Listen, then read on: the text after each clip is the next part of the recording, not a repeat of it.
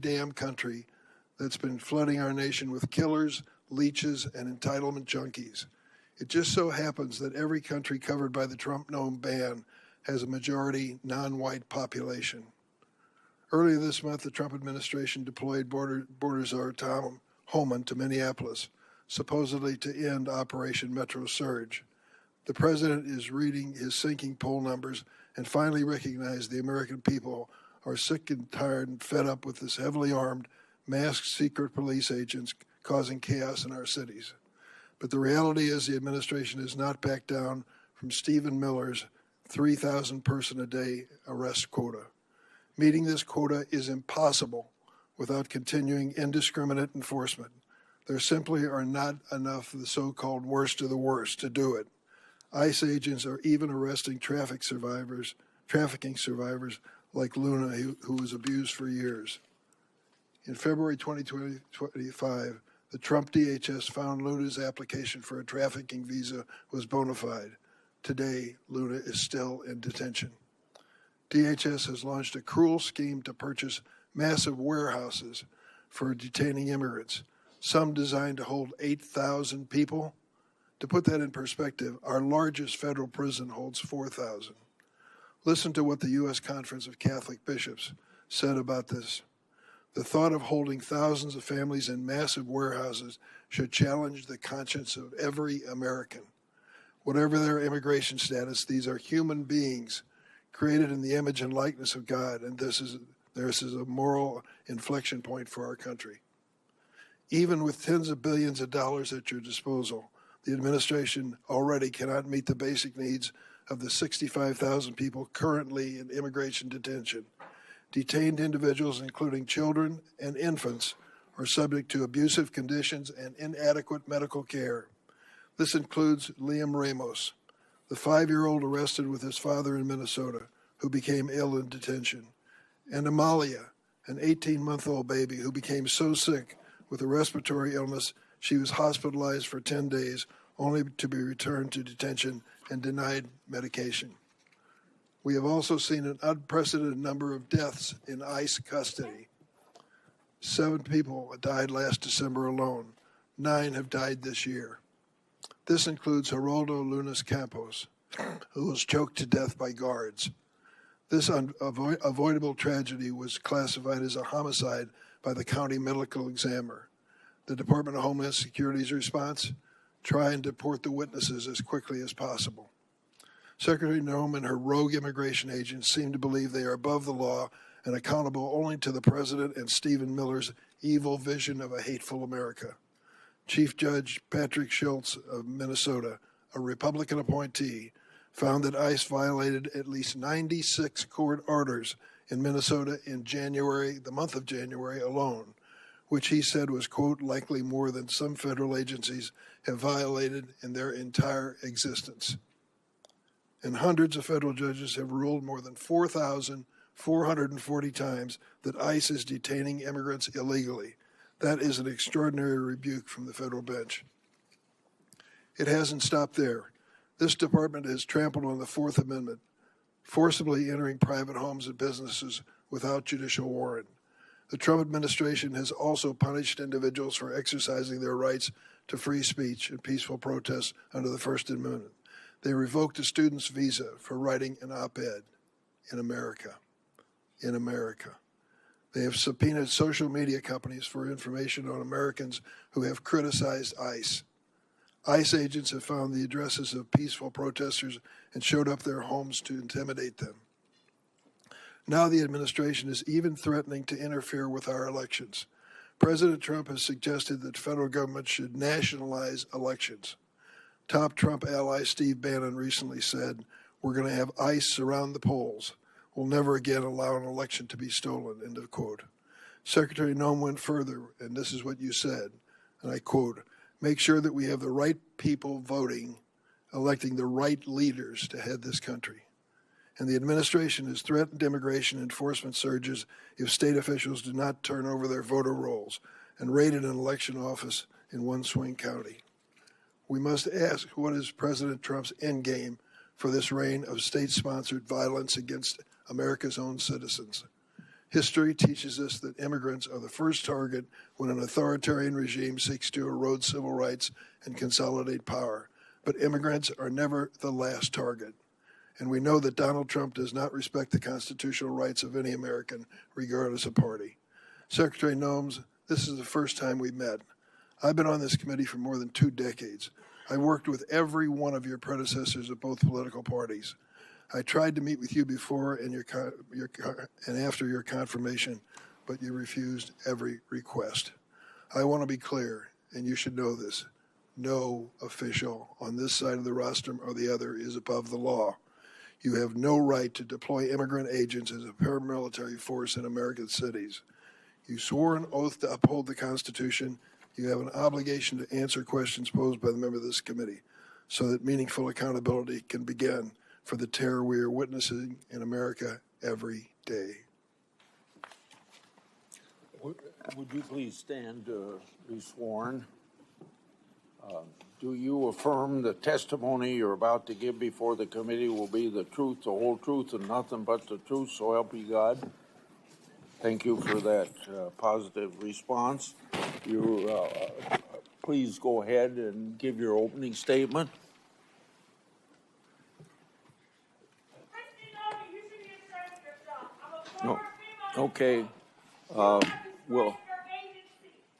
employees sitting responding to disasters, not ICE. You should be ashamed of yourself. Your staff say abolish ICE. Your staff say abolish ICE. Your staff say abolish ICE. You may proceed. Thank you, Mr. Chairman, and thank you to the ranking member, Senator Durbin, as well, and the distinguished members of this committee. I appreciate the opportunity to be with all of you today and talk about the important matters and work that the Department of Homeland Security does every single day. The Department of Homeland Security... Hey, could maybe pull the microphone closer to you, please? Okay. And the red light is on? Yep, it is. Okay, proceed. The Department of Homeland Security was established in the aftermath of 9/11, one of the darkest days in our nation's history. That resulted in the death of nearly 3,000 Americans. The mission of the Department of Homeland Security at that time was just as critical as it is today. We protect our American people, we prevent acts of terrorism, and we defend our homeland. Every action that the Department of Homeland Security takes is guided by that mission and by that responsibility. Thanks to President Trump's leadership and the hard work of the men and women of DHS, our department has delivered historic results and has made our communities safer. Since the start of President Trump's second term, daily encounters along the southwest border declined by 96% compared to the Biden administration's daily average. We've reached the lowest levels ever recorded in U.S. Customs and Border Protection's history. In President Trump's first year, total Border Patrol apprehensions along the southwest border were less than the average of a single month under the Biden administration. For 10 straight months, the Border Patrol has released 0 illegal aliens into the interior of the United States. And in President Trump's historic first year back in office, nearly 3 million illegal aliens have left the United States as a result of the administration's enforcement efforts from following the law. That includes 2.2 million that have voluntarily left and returned back to their home countries, and more than 675,000 detainments and deportations. A majority of the aliens that were arrested by Immigration and Customs Enforcement have a criminal record and have been charged with or convicted of secondary crimes in addition to their initial crime of being in the United States illegally. During this period, ICE has arrested over 1,500 known and suspected terrorists, more than 7,700 known gang members, many of them that were allowed to come into this country under the Biden administration. We have also reached the lowest murder rate in the last 125 years since that data was tracked. Under President Biden, more than 450,000 unaccompanied alien children went missing or were lost due to the dangerous open border policies that were embraced. Under President Trump, the Department of Homeland Security and the Department of Health and Human Services have already located over 145,000 of these children and returned them back to their families and back to people who care about them. And we will not stop until every single one of those children is found. Fentanyl trafficking at the southern border is down. It's been cut by over 56% because of that secure border and the enforcement actions that have been taken there. And that's compared to the same period of time in 2024. The Coast Guard has seized enough cocaine the past year to prevent quantities capable of killing more than 193 million Americans, and it's kept them off of our streets. In fact, total interdiction efforts under the Trump administration have prevented 1.7 billion lethal doses of drugs from killing our next generation of Americans. These results reflect the fact that we are enforcing the laws that Congress has passed. I want to address the dangerous environment that our ICE officers face on the streets today. They are facing a serious and escalating threat as a result of deliberate mischaracterizations of their heroic work and rhetoric that demonizes our law enforcement. DHS has documented an 8,000% increase in death threats against our ICE officers and their families, as well as more than 1,300% increase in assaults while carrying out the lawful enforcement operations that they do every single day. I recognize that members of this committee may hold differing views about immigration policy, but it's important that we distinguish between disagreements over policy and the department's operational responsibility to enforce existing law that has been passed by Congress. It's our duty as a department to defend our homeland. The latest Democrat-led shutdown of DHS is reckless, it's unnecessary, and it undermines the American national security, and it harms the men and women who work at DHS and their families. Despite the House passing a bipartisan, bicameral full-year DHS funding bill, it is Senate Democrats who've chosen not to fund the department and have held this department hostage. As a result, critical national security missions, including border security, immigration enforcement, aviation security, disaster response, cybersecurity, and the protection of critical infrastructure are all being strained. Our ability to provide for a safe and successful World Cup is being hindered as well. More than 100,000 dedicated DHS employees are once again being asked to work without pay for the third time in just 5 months. At a time when we've produced the most secure border in history and removed nearly 3 million illegal aliens from our country, disrupting the department responsible for those gains is indefensible. I want to thank the men and women of the Department of Homeland Security for their professionalism, for their dedication, for their commitment to keeping America safe and continuing to show up and work even though they aren't being compensated for it. They've kept us safe and they have patience, and our success is only possible because of their service and sacrifices. I also want to thank our angel families that are behind us to tell their stories and testimonies, and also thank my husband for being here in support as well. Thank you for the opportunity to testify, Mr. Chairman, and to all the distinguished members. I look forward to your questions today. With that, I yield back. I have spoken about the 10-minute times that we have. Get it up to 10 minutes for me. It's on 5 minutes. 10 minutes. Thank you for your testimony. The previous administration's open border policy brought millions of people to this country. We don't know everyone's background or true intent for entering, but we know many of these had ill intent. Given the Iran conflict, what steps has Homeland Security taken to protect the potential against potential Iranian sleeper cells and related terrorism? Well, thank you, Mr. Chairman. We work every single day with our intelligence agencies and law enforcement partners to make sure that we are investigating and finding any threats to the homeland here within our borders. We work with the FBI often, and Homeland Security Investigations specializes in this kind of work each and every day. Not only that, we go back and we are revetting some of the individuals and some of the programs that we may have concerns about, looking at social media, also going through those interviews that are necessary for some of our programs that the Biden administration abused and perverted under their time there as well. We look at the fact, Mr. Chairman, that over the last administration, when millions of people streamed across our border, we don't necessarily know who all came into our country. We know that we have many dangerous individuals that came in unvetted, and we are working every single day to find them and to make sure that we're preventing the next attack and preventing the next crime they may perpetuate against the American people. Yeah. You heard in my opening statement about the Inspector General's report on airport security screening. After Congress had been told of the report, you announced $1 billion in airport security upgrades. Press report have sources attacking you for changing the shoe removal policy. Does the $1 billion investment relate to the issue in the Inspector General's report? And then I have a follow-up to that. Well, sir, I can't speak directly to that report because it is classified. I will tell you that all of the recommendations that the Inspector General had in that report have already been implemented, and that there was flawed data included in it. What I will tell you is the $1 billion investment is necessary at our TSA security checkpoints because it's been over a decade since a significant upgrade has happened.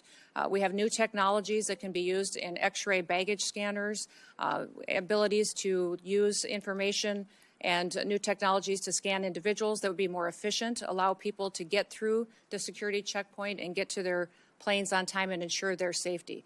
The number one priority of TSA is security, and we make sure that we are continuing to use all of the options and tools available to us to make sure that they are safe as they travel through our airports and in our airways. Thank you for that report. The follow-up is, was going to ask for those details, but you've given me those details. Have these details been communicated to the Inspector General? Yes, they have, sir. And I wanted to also, in regards to your comments in your opening statement, there's nothing preventing the IG from coming and briefing members of Congress, and he's free to do that. We just need to remember it's a classified document and use those protocols to ensure that it remains classified. Regarding Afghan evacuee oversight of mine, you informed my office that thousands of Afghan parolees were potential national security risk. Nearly 1,000 was reported to me on August 12th last year. What steps have you taken with the interagency partners to investigate these parolees, and what, if any, national security concerns still exist because of the previous administration's failures to vet? Well, Mr. Chairman, some of the things that we have implemented under President Trump's administration is to go back and look at those individuals who came in under Operation Allies Welcome and make sure that we're re-vetting those, especially those that have come in the last 4 years under the Biden administration, recognizing that they weren't tracking necessarily biometrics or their social media present communication, how they were doing since they've come to the United States. And also, sir, there's a requirement under that program to come back every single year and do an interview to discuss with them and have conversations on what they're doing in the United States, how they're transitioning to the United States under that program, and that was not being done. So we're going back and re-vetting all of those individuals and making sure that we know that if someone is here in this country, that they love America, they want to be a part of our way of life, and they don't wish to do us harm. I'd like to have you provide me an update on the Afghan evacuee data. As I said in my opening, Trump administration has located over 145,000 children that the previous administration lost. Your department is also performing welfare checks on these children. Describe the ongoing efforts that your department is taking to find children who've yet to be located, and how recent welfare checks expose previous vetting failures. Yes, I would say those 450,000 children that came into this country that were unaccompanied alien children were lost by the Biden administration, not tracked. We've located about 145,000 of them, and we've done that through the investigative work of our Homeland Security Investigations team. They are phenomenal at the work that they do, and they specialize in child trafficking, sex trafficking, and finding individuals that would perpetuate that harm against our children. The one thing that has been challenging is that under the Biden administration, the government paid sponsors in HHS in order to host these children. And those sponsors, many times, we found instances where they trafficked these children themselves. So under that administration, we not only had children that were in this country as a part of a program, the government was paying individuals that were knowingly trafficking them and abusing them. That has stopped. We have gone through and found these children and put them back with their families when we have the opportunity to do so, and with loved ones that will care for them. And I would say that even in one case, we have other countries where we've been working with them to get their children back home, where we've been prevented returning these families back and helping them to be reunified by activist judges. But we will continue to work to ensure that these individuals and these children that were abused by the trafficking over the border have the opportunity to be brought back to their families and to their loved ones going forward.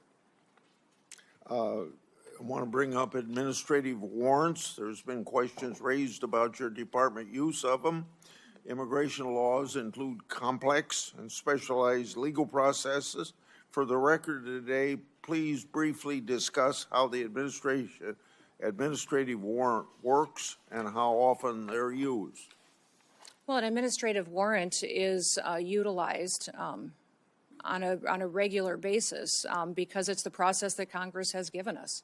It's the process in immigration law that you've given us to ensure that someone is returned back to their home country. And I would say that most of the time when it gets talked about, it's inaccurate. In the 400,000 cases that ICE has used these administrative warrants, only 28 times have they been used to enter a home. So it is the legal process that we have, that we follow as given to us by Congress, and it's been affirmed by the Supreme Court as the correct way to follow the law. We will continue using this tool as it's important in the duties that the Department of Homeland Security is responsible for. Under both Democrat and Republican presidents, I've conducted oversight of employees called special government employees. By law, these employee is limited to 130 days a year of government work, and it's been understood that a partial day is 1 day at work. Have you ensured the SGE personnel follow all laws, rules, and regulations as intended? Yes, sir. They have career officials at the Department of Homeland Security that track that data, and they've all followed the laws and the rules regarding special government employees. You stated that the Department of Government Efficiency found software on your government devices that was used to improperly surveil you and other political officials. What's the status of the investigation into that matter, and has any disciplinary action taken? Yes, sir, there was software that was doing surveillance on political appointees at the Department of Homeland Security, and there was measures put in place where some people were removed from their positions and accountability measures put in place. And we continue to monitor our systems as the agency that is trusted with cybersecurity and ensuring that our critical infrastructure is protected from hacking attempts from foreign nationals who wish to do us harm or individuals within this country. We take seriously the amount of software, surveillance, and work that we do within the department as well. My 10 minutes are up. Senator Durbin. Thank you, Mr. Secretary. Secretary Noem, the nation has watched horrified as immigration agents killed Renee Good, Alex Pretti. In Chicago, one of your Border Patrol agents shot Miramor Martinez 5 times after ramming her car. You and your agency rushed to brand these victims as, quote, domestic terrorist. We have ample video evidence and eyewitness testimony proving you are wrong. Your statements cause immeasurable pain to these families. Let me give you an opportunity to do the right thing. Do you retract these statements identifying these individuals as domestic terrorists? You know, Senator Dermott, when we have these situations happen, we always offer our condolences to those families, and I offer mine as well. These are tragic situations, and I can't imagine what these families go through in losing a loved one. What I will say is we always work to provide the American people with as much information as possible, that we're relying on reports from the ground and from agents that are there and working to be transparent, and we'll continue to do all that we can to provide the accurate information and the facts to people as we can. Where did you get that information? In a recent hearing before the HISGAC committee, CBP and ICE officials testified under oath that their agencies did not inform you that Pretti was a domestic terrorist during that hearing, stated during that hearing.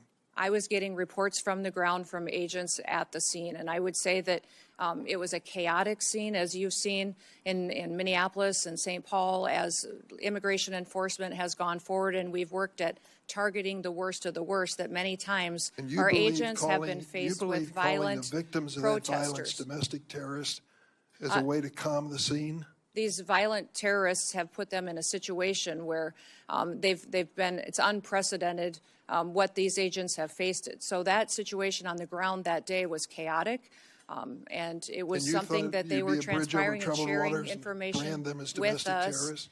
Can you explain why you decided to brand these victims that we all saw on video who were out protesting the activities of your agency and were killed as a result of it? How did you think that calling them domestic terrorists at that scene was somehow going to calm the situation? You know, Senator, we are working in those situations where there's a tragic loss of life and that there is something that our agents are involved in, that we continue to deliver information. Is it so hard to say you were wrong? We continue, as these investigations continue to go, we will provide, I absolutely strive to provide factual information, and we'll continue to do that. And when you fail, do you admit it publicly? Absolutely. We always know that there's room for improvement, that we will. Keith Porter Jr. and Dr. Linda Davis. They were Americans killed by ICE. You have not given their family any justice. Say their names. Their Black Lives Matter. Their Black Lives Matter. Their Black Lives Matter.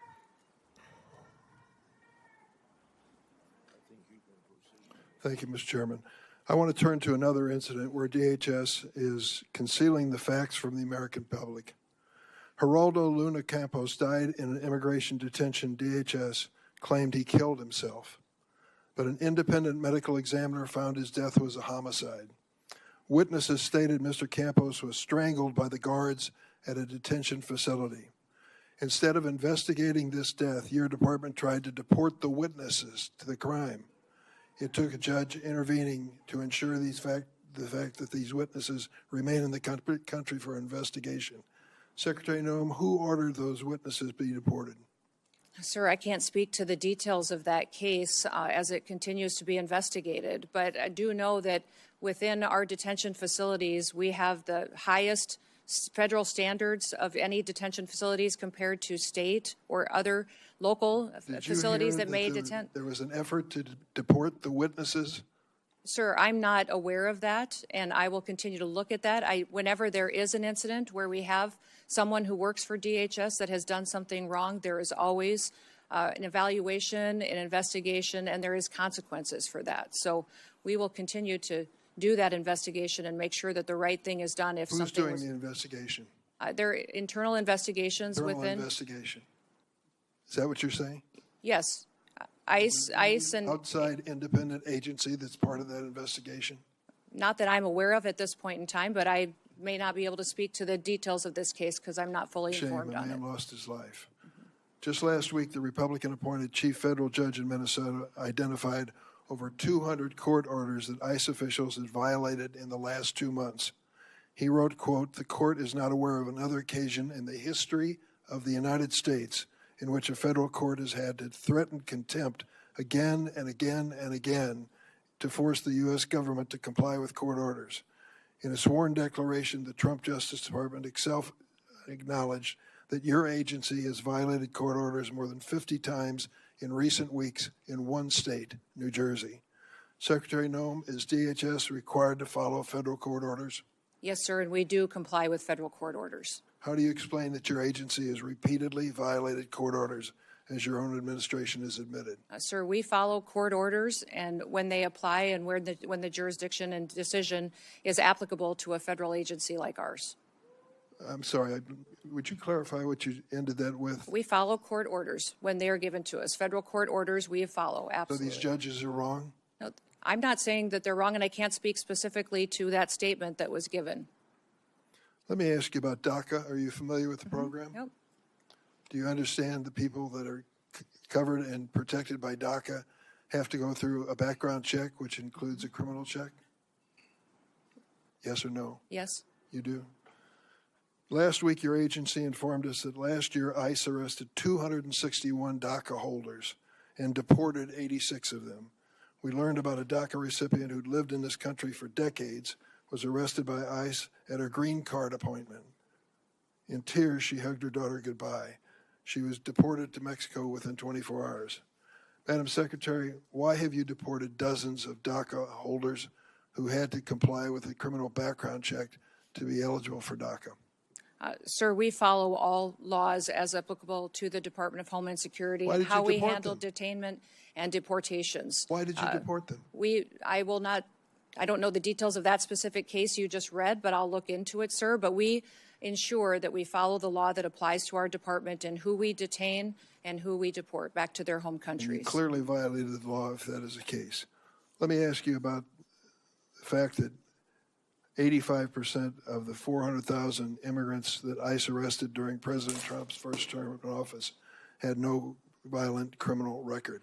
The president said over and over at his rallies, we're going after the worst of the worst, the terrorists, the murderers, the rapists. And then it turns out that 85% of the people you've gone after have no criminal history whatsoever. How do you explain that? Sir, when you talk about violent crimes, what you're saying, the crimes that don't matter, that you aren't counting, are ones that affect American families every single day. You're not counting DUIs. You're not counting embezzlements. You're not counting theft. And you're not counting the other crimes against people and drug trafficking and proliferating that. So if you don't count those as crimes, that these individuals and impacting families in this country. They are counted, and they calculate 14% of those that you Those are not counted in your 14%. If you were counting crimes that these illegal aliens in this country have committed, it would be well over 65 to 70% of the individuals that are detained today have those crimes on their record, besides the crime of being in this country illegally. Going to back that up with some information for me? Absolutely, I will. I certainly hope you will. How does taking a father from a child dying of cancer qualify? Where would that be? Is that a violent crime? I don't know what you're speaking or referencing to. I'll tell you exactly what I'm speaking of. Ruben Torres, 2 weeks ago, buried his daughter Ophelia. When he was arrested at the Home Depot in Norridge, Illinois, he said to those your agents, please let me go home. My daughter is dying of cancer.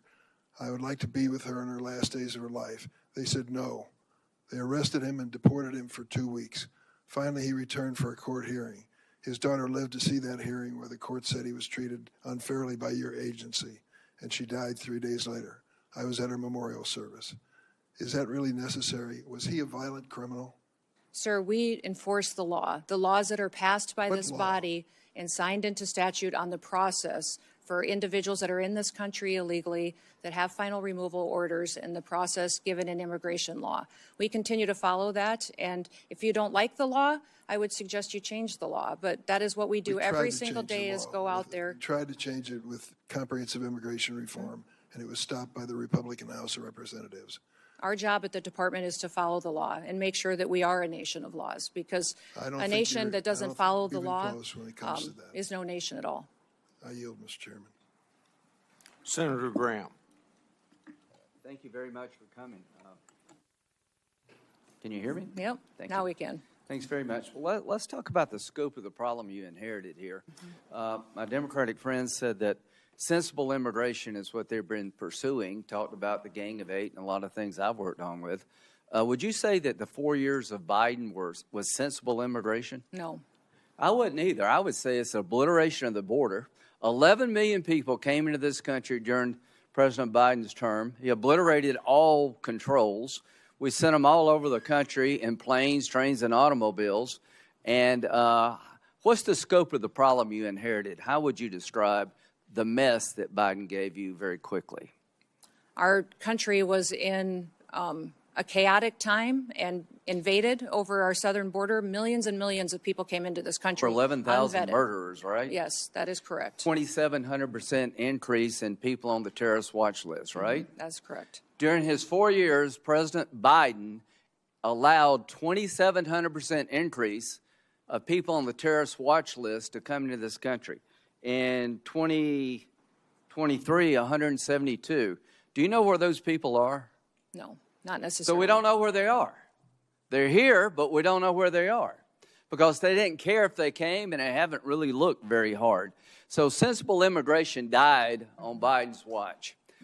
It was replaced by out-of-control, open border, just absolute chaos. And to all the people on the front row that have lost loved ones, I am sorry. Your family members are a victim of an out-of-control, Democratic-led effort to obliterate the border, and every senator on this side of the aisle, that side of the aisle, did nothing about it. Now, they want to talk to you about problems we've had. Are these shootings being investigated in Minnesota? Yes, they are. They should be investigated in Minnesota. We want to have orderly processes. How would you say being an ICE agent is right now, the stress they're under? I think it's unprecedented for them every day. I think it's miserable.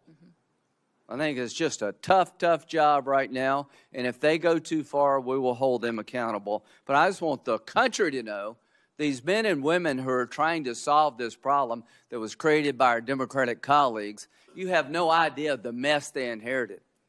This country was overrun by illegal immigrants, murderers, rapists, and just average, everyday people. How many people did Barack Obama deport when he was president?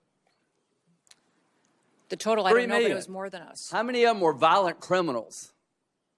So when a Democrat deports somebody who's here illegally, that's good government. When a Republican does it, we're Nazis and fascists. If you're here illegally, are you entitled to stay? No. They would allow you to stay. I want you to understand that these people have no interest in cleaning up this mess. In 2026, we're going to have an election about this, and they're openly saying, unless you're a violent criminal, you should be allowed to stay here. Is embezzlement a violent crime? No. Is it a crime without a victim? Yes. If somebody steals your stuff, even if they don't do it through force, is that a crime with a victim? Yes. So all of the Laken Riley, I think she was murdered by a man who was actually in custody. Are you familiar with the Laken Riley case? Mm-hmm. Yes, I am. Okay, she's a young lady about 60 miles from where I live. The man who murdered her was in custody, was detained by DHS, but was released because they had no bed space in Texas. He went to New York and committed a bunch of crimes. He winds up in Georgia and he murders this young lady. He was in our control. He was released not because he wasn't dangerous, because we had no place to put him. Do you agree those days are over? Yes. Do you agree the most secure border in American history has been achieved by you and those under your control? Yes. Working with President Trump. Are you proud of that? I am proud of that. So we're down to like nobody coming across. We went from a invasion to almost nobody. And I hope the American people will appreciate that's a good thing for you. Mm-hmm. Now, we're engaged in military action against the mothership of terrorism, Iran, which I hope will sink pretty soon. Do you think the threat level against the United States is up or down when it comes to radical Islamic terrorists? It's up. It's up? Yep. So you mean they actually may want to come here and hit us because we hit them in Iran? I don't think you have to be, a general to figure that out. Mm-hmm. Is the Coast Guard without funding? Portions of it. We're keeping some of the salaries paid, but So there's no funds in the appropriation bill for the Coast Guard. Is that correct? That is correct. Because your agency is not being funded. It's the one part of the appropriations bill where we haven't agreed on funding. Is that correct? Correct. So FEMA, no money, right? Coast Guard, no money. Really? Really? ICE, they have money because of the bill we did before. The Secret Service, are these people being paid? Yes, they are. They're being paid, but do we have money? Our law enforcement is paid, but their resources, their administrative staff, they're being paid out of appropriated funds Correct. This year, right? Correct. So in the appropriations process, we've got no new money for the Secret Service. Does that make any sense to anybody in America? Can we not understand America is under siege now?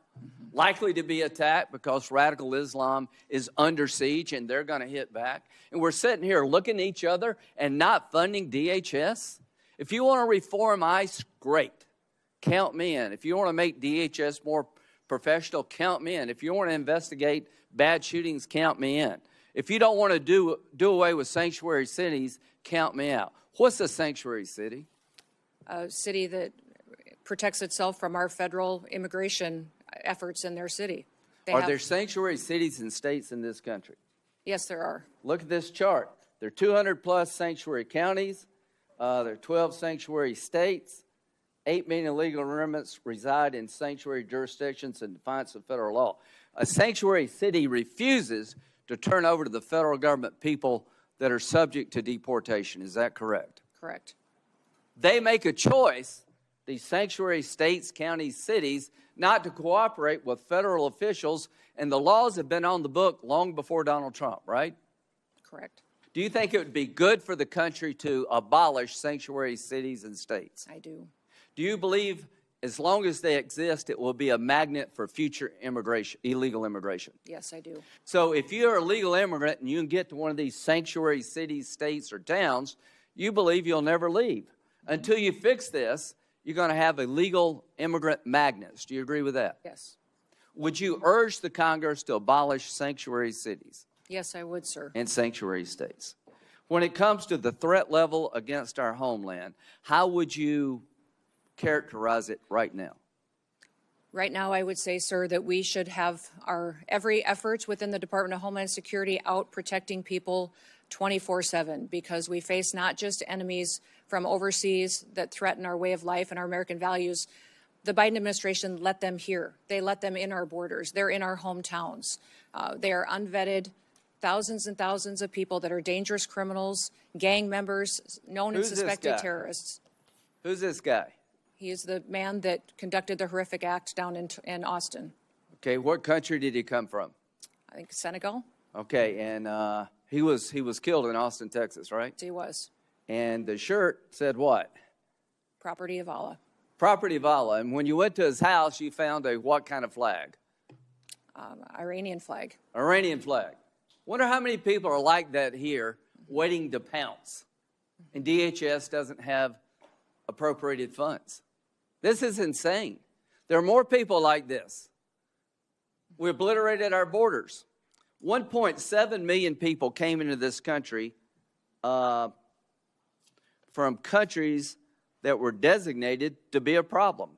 Special interest aliens. Are you familiar with that? Yes, I am. So 1.7 million came from countries that would make you a special interest alien because of the nature of the country. Libya, Nigeria, North Korea, Afghanistan, China, Cuba. Do you know where those 1.7 million people are? Not all of them. Yeah, I don't know. I don't know where they are either. But they let them in. We don't know where they are. They came from countries that are so dicey. We made you a special interest alien if you came from those countries. So we're having a hearing here. I'd like to make ICE more professional. I'd like to make sure if there was a bad shooting, it's documented as such and people pay a price. But I will not apologize to anybody in this room to try to clean up the mess that Biden started and you empowered. We've got to deal with this.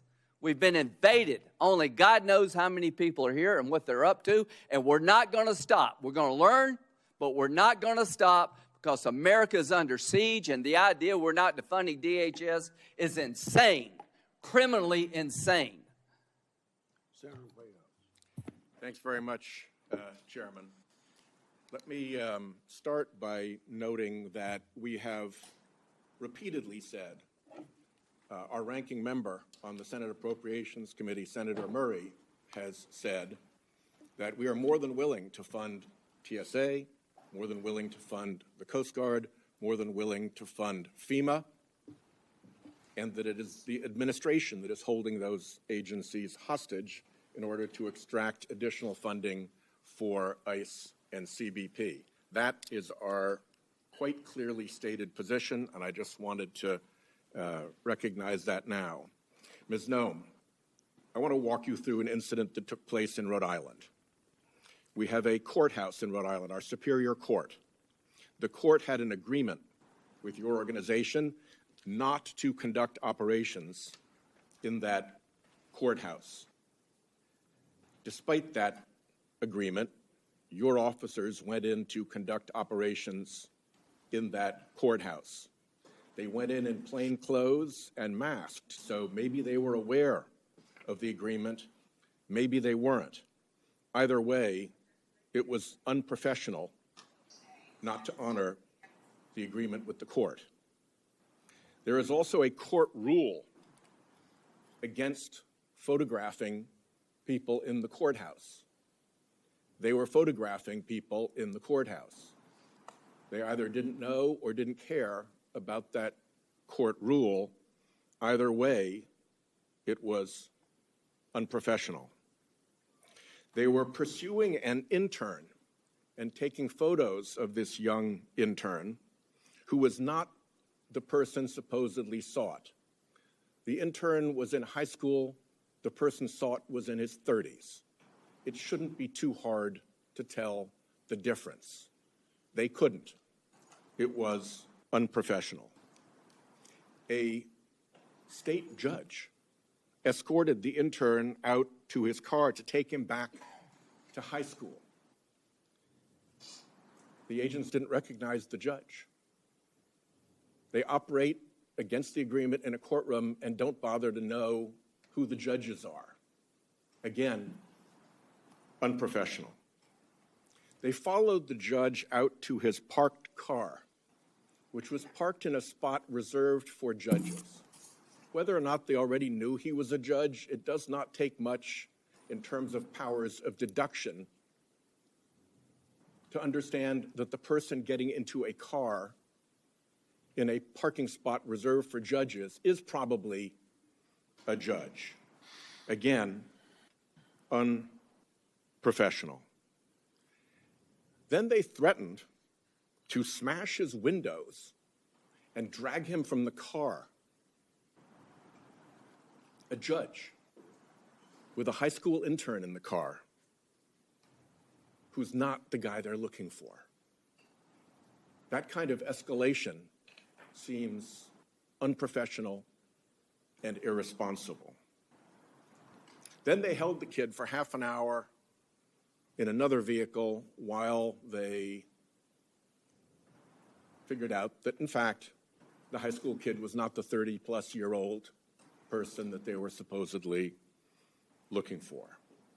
Nobody was hurt, but there was nothing professional about that entire exchange. And I would ask you to send a signal down to your folks to stop that kind of dangerous and unprofessional nonsense, particularly in our courthouses. Let me ask you, why don't you deconflict with local enforcement when you operate? Our officers do. We welcome cooperation from local law enforcement and want them at the state level, at the local level, to cooperate with us so that we can continue to conduct our federal operations with the safety of the cooperation that comes from those types of agreements. Deconflicting and cooperating are two different things. They can overlap, but they are two different things. You deconflict when you plan an operation in another law enforcement agency's jurisdiction, like here, the court sheriffs, and let them know what you're going to do. This all could have been headed off if you'd spoken to if your people had spoken to the sheriffs first and said, we're concerned about this guy. Oh no, he's an intern, he's in high school. None of this was necessary if they had bothered to deconflict. So please, send the message down to your people that there's a reason that deconflicting is standard law enforcement practice for, among other things, officer safety. Will you do that? Yes, sir, but I will tell you that our law enforcement are being doxxed at unprecedented levels. So at times we've run into situations in sanctuary cities or in sanctuary states where notifying that local law enforcement on some of these operations has doxxed them and their families and leaked a law enforcement operation, which puts people's lives in jeopardy. So they absolutely want to work with cooperative local law enforcement. About that, and in that case specifically, I strongly suspect that there's a big difference these between individuals non-cooperation and actual interference with your operations. But I'll reserve that to a question for the record so you can substantiate that. Could you explain this? Sir, I'm looking at a picture of an interior, looks like a bedroom. of an airplane. Yes, sir. You're not familiar with that? These photos are not accurate. If you're referring to the airplanes that the Department of Homeland Security has purchased and are purchasing, we're using them for long-range command and control aircraft that is dictated in statute by Congress for the Department of Homeland Security to have a plane. Luxury jet with a bedroom in it? Yeah, we used a 737. I've been on it once, but it is being used by other administration officials, and it is used for command and control flights for the department. The department has found that in purchasing our aircraft, that we will save the taxpayers hundreds of millions of dollars. Does it have a bedroom in In it? fact, we spent $1.42 billion on ICE deportation flights Does it last have a bedroom year. in it? I believe it's being refurbished and not having a bedroom in it. So it is being refurbished. What kind of This, deportee justifies being flown out of the country in a luxury jet with a bedroom and accommodations like this? there are aircraft being purchased that will be utilized for executive air travel and for deportations. Well, your If you people remember, said in the that this past, was we gonna have be used deportations. jets of this size and this configuration for deportations in the past. If you remember, In this configuration, by this configuration, you mean I with a didn't see bedroom the and inside luxury of 'em. accommodations like this That you've plane- used for deportations. Is that true? Sir, we have 737s that are being purchased by the department to replace contracts that we have on ICE deportations. That's what they're going to be used for. And in fact, the Coast Guard is the only entity within the Department of Homeland Security that has jets at this point in time. They had two G5s that were 20 to 25 years old Let me ask that are you being about replaced the so that they can response continue to serve our from Coast Guard and our military Some senior for administration years to come. officials about these aircraft. They've been reported as saying, although they don't want to say publicly this, but individuals described as senior administration officials have described these airplane purchases as the world's worst deal and an abuse of federal funds. Can you tell me what the Republicans on this committee who voted for what I call the billionaires bill that gave you the money to buy these jets knew about your plans to acquire luxury jets when they voted for that money? The dollars for these airplanes was appropriated by Congress. In fact, it's mandated from Congress and rules that you've given us that we need to have a long-range command and control aircraft that will seat up to 17 people in the Department of Homeland Security for national security purposes. We are complying with the law.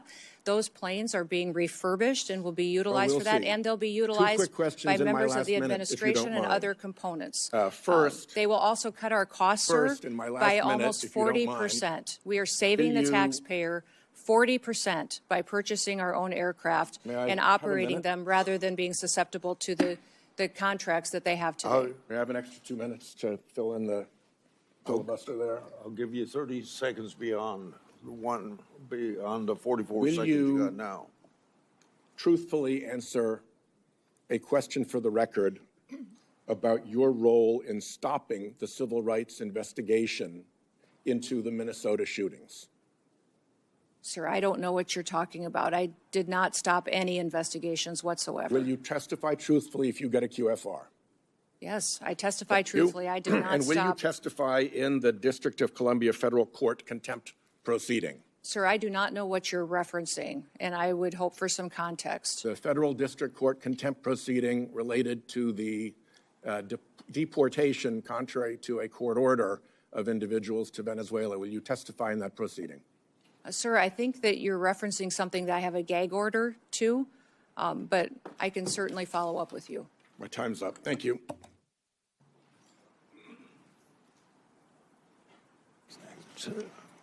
Senator Kennedy, you're next. Thank you, Mr. Chairman. Thank you, Madam Secretary, for being here. President Trump, ably assisted by Mr. Stephen Miller, quickly in the President's second administration developed policies to secure our southern border, policies that you and the Department of Homeland Security implemented. and I congratulate all of you on your success. Properly vetting people at the southern border is not racist, is it? No. Could you answer for the record? No, it is not racist. Properly vetting people at the southern border is prudent, isn't it? Yes, sir, it is. And to do that, we need the Border Patrol, do we not? Yes, we do. And we also need ICE, do we not? Yes, we do. Okay. I just wanted to get my congratulations on the record. I believe you have a policy, Madam Secretary, that you have to approve all contracts at your department over $100 million. No, sir, I have a policy in place that I review contracts. My deputy chiefs have the ability to review anything under $5 million. Above that, I evaluate and look at. Okay.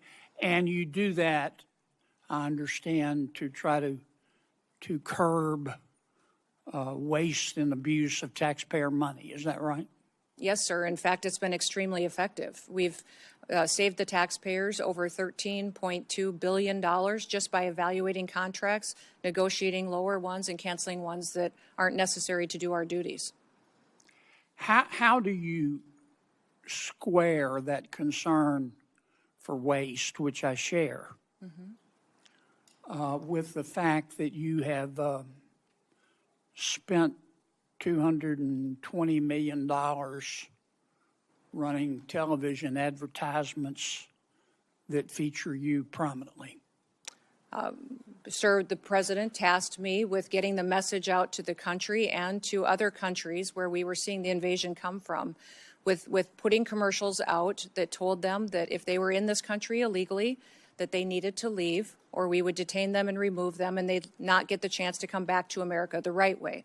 That has been extremely effective. Ask you to run these advertisements, is that right? We had that conversation, yes, before I was put in this position and sworn in and confirmed, and since then as well. Okay. Did you bid out those service contracts? Yes, they did. They went out to a competitive bid, and career officials at the department chose who would do those advertising commercials. And the people that you ended up picking were people who had formerly done your political work back in South Dakota. Is that right? No, that's not correct, sir. I think it is. No, it's not, sir. The individuals who, I believe the careers who they chose were two different media firms. There's been conversation about their subcontractors, but we have no legal authority to look into subcontractors on work like that. Okay. And you're saying that you're testifying that President Trump approved this ahead of time. Is that my understanding? We had conversations about making sure that we were telling people. No, ma'am. I'm asking you, sorry to interrupt, but the president approved ahead of time you spending $220 million running TV ads across the country in which you are featured prominently. Yes, sir. We went through the legal processes, did it correctly. Did the president know you were OMB. going to do this? Yes.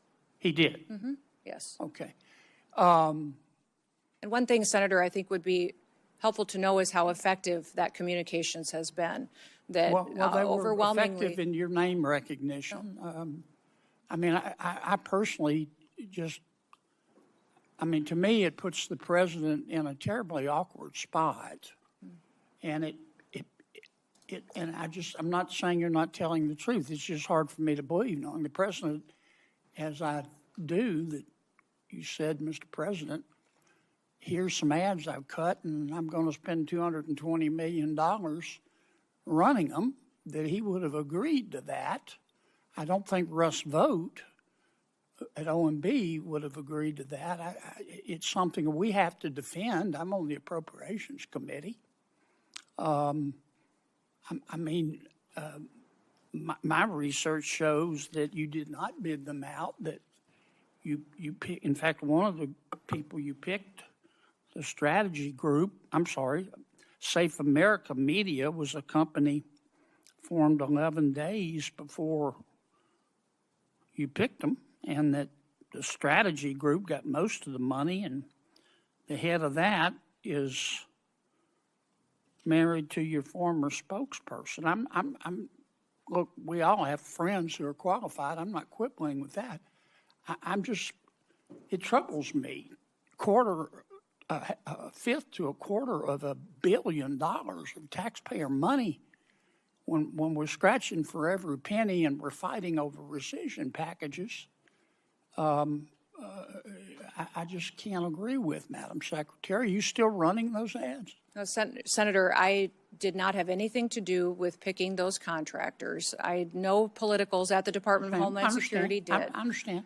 Are you Clear still running officials those followed ads? the competitive bid process for Are you that. still running those ads? I think the ads are due to end here in March, I think within a week or two. They I'm are not sure of still the running?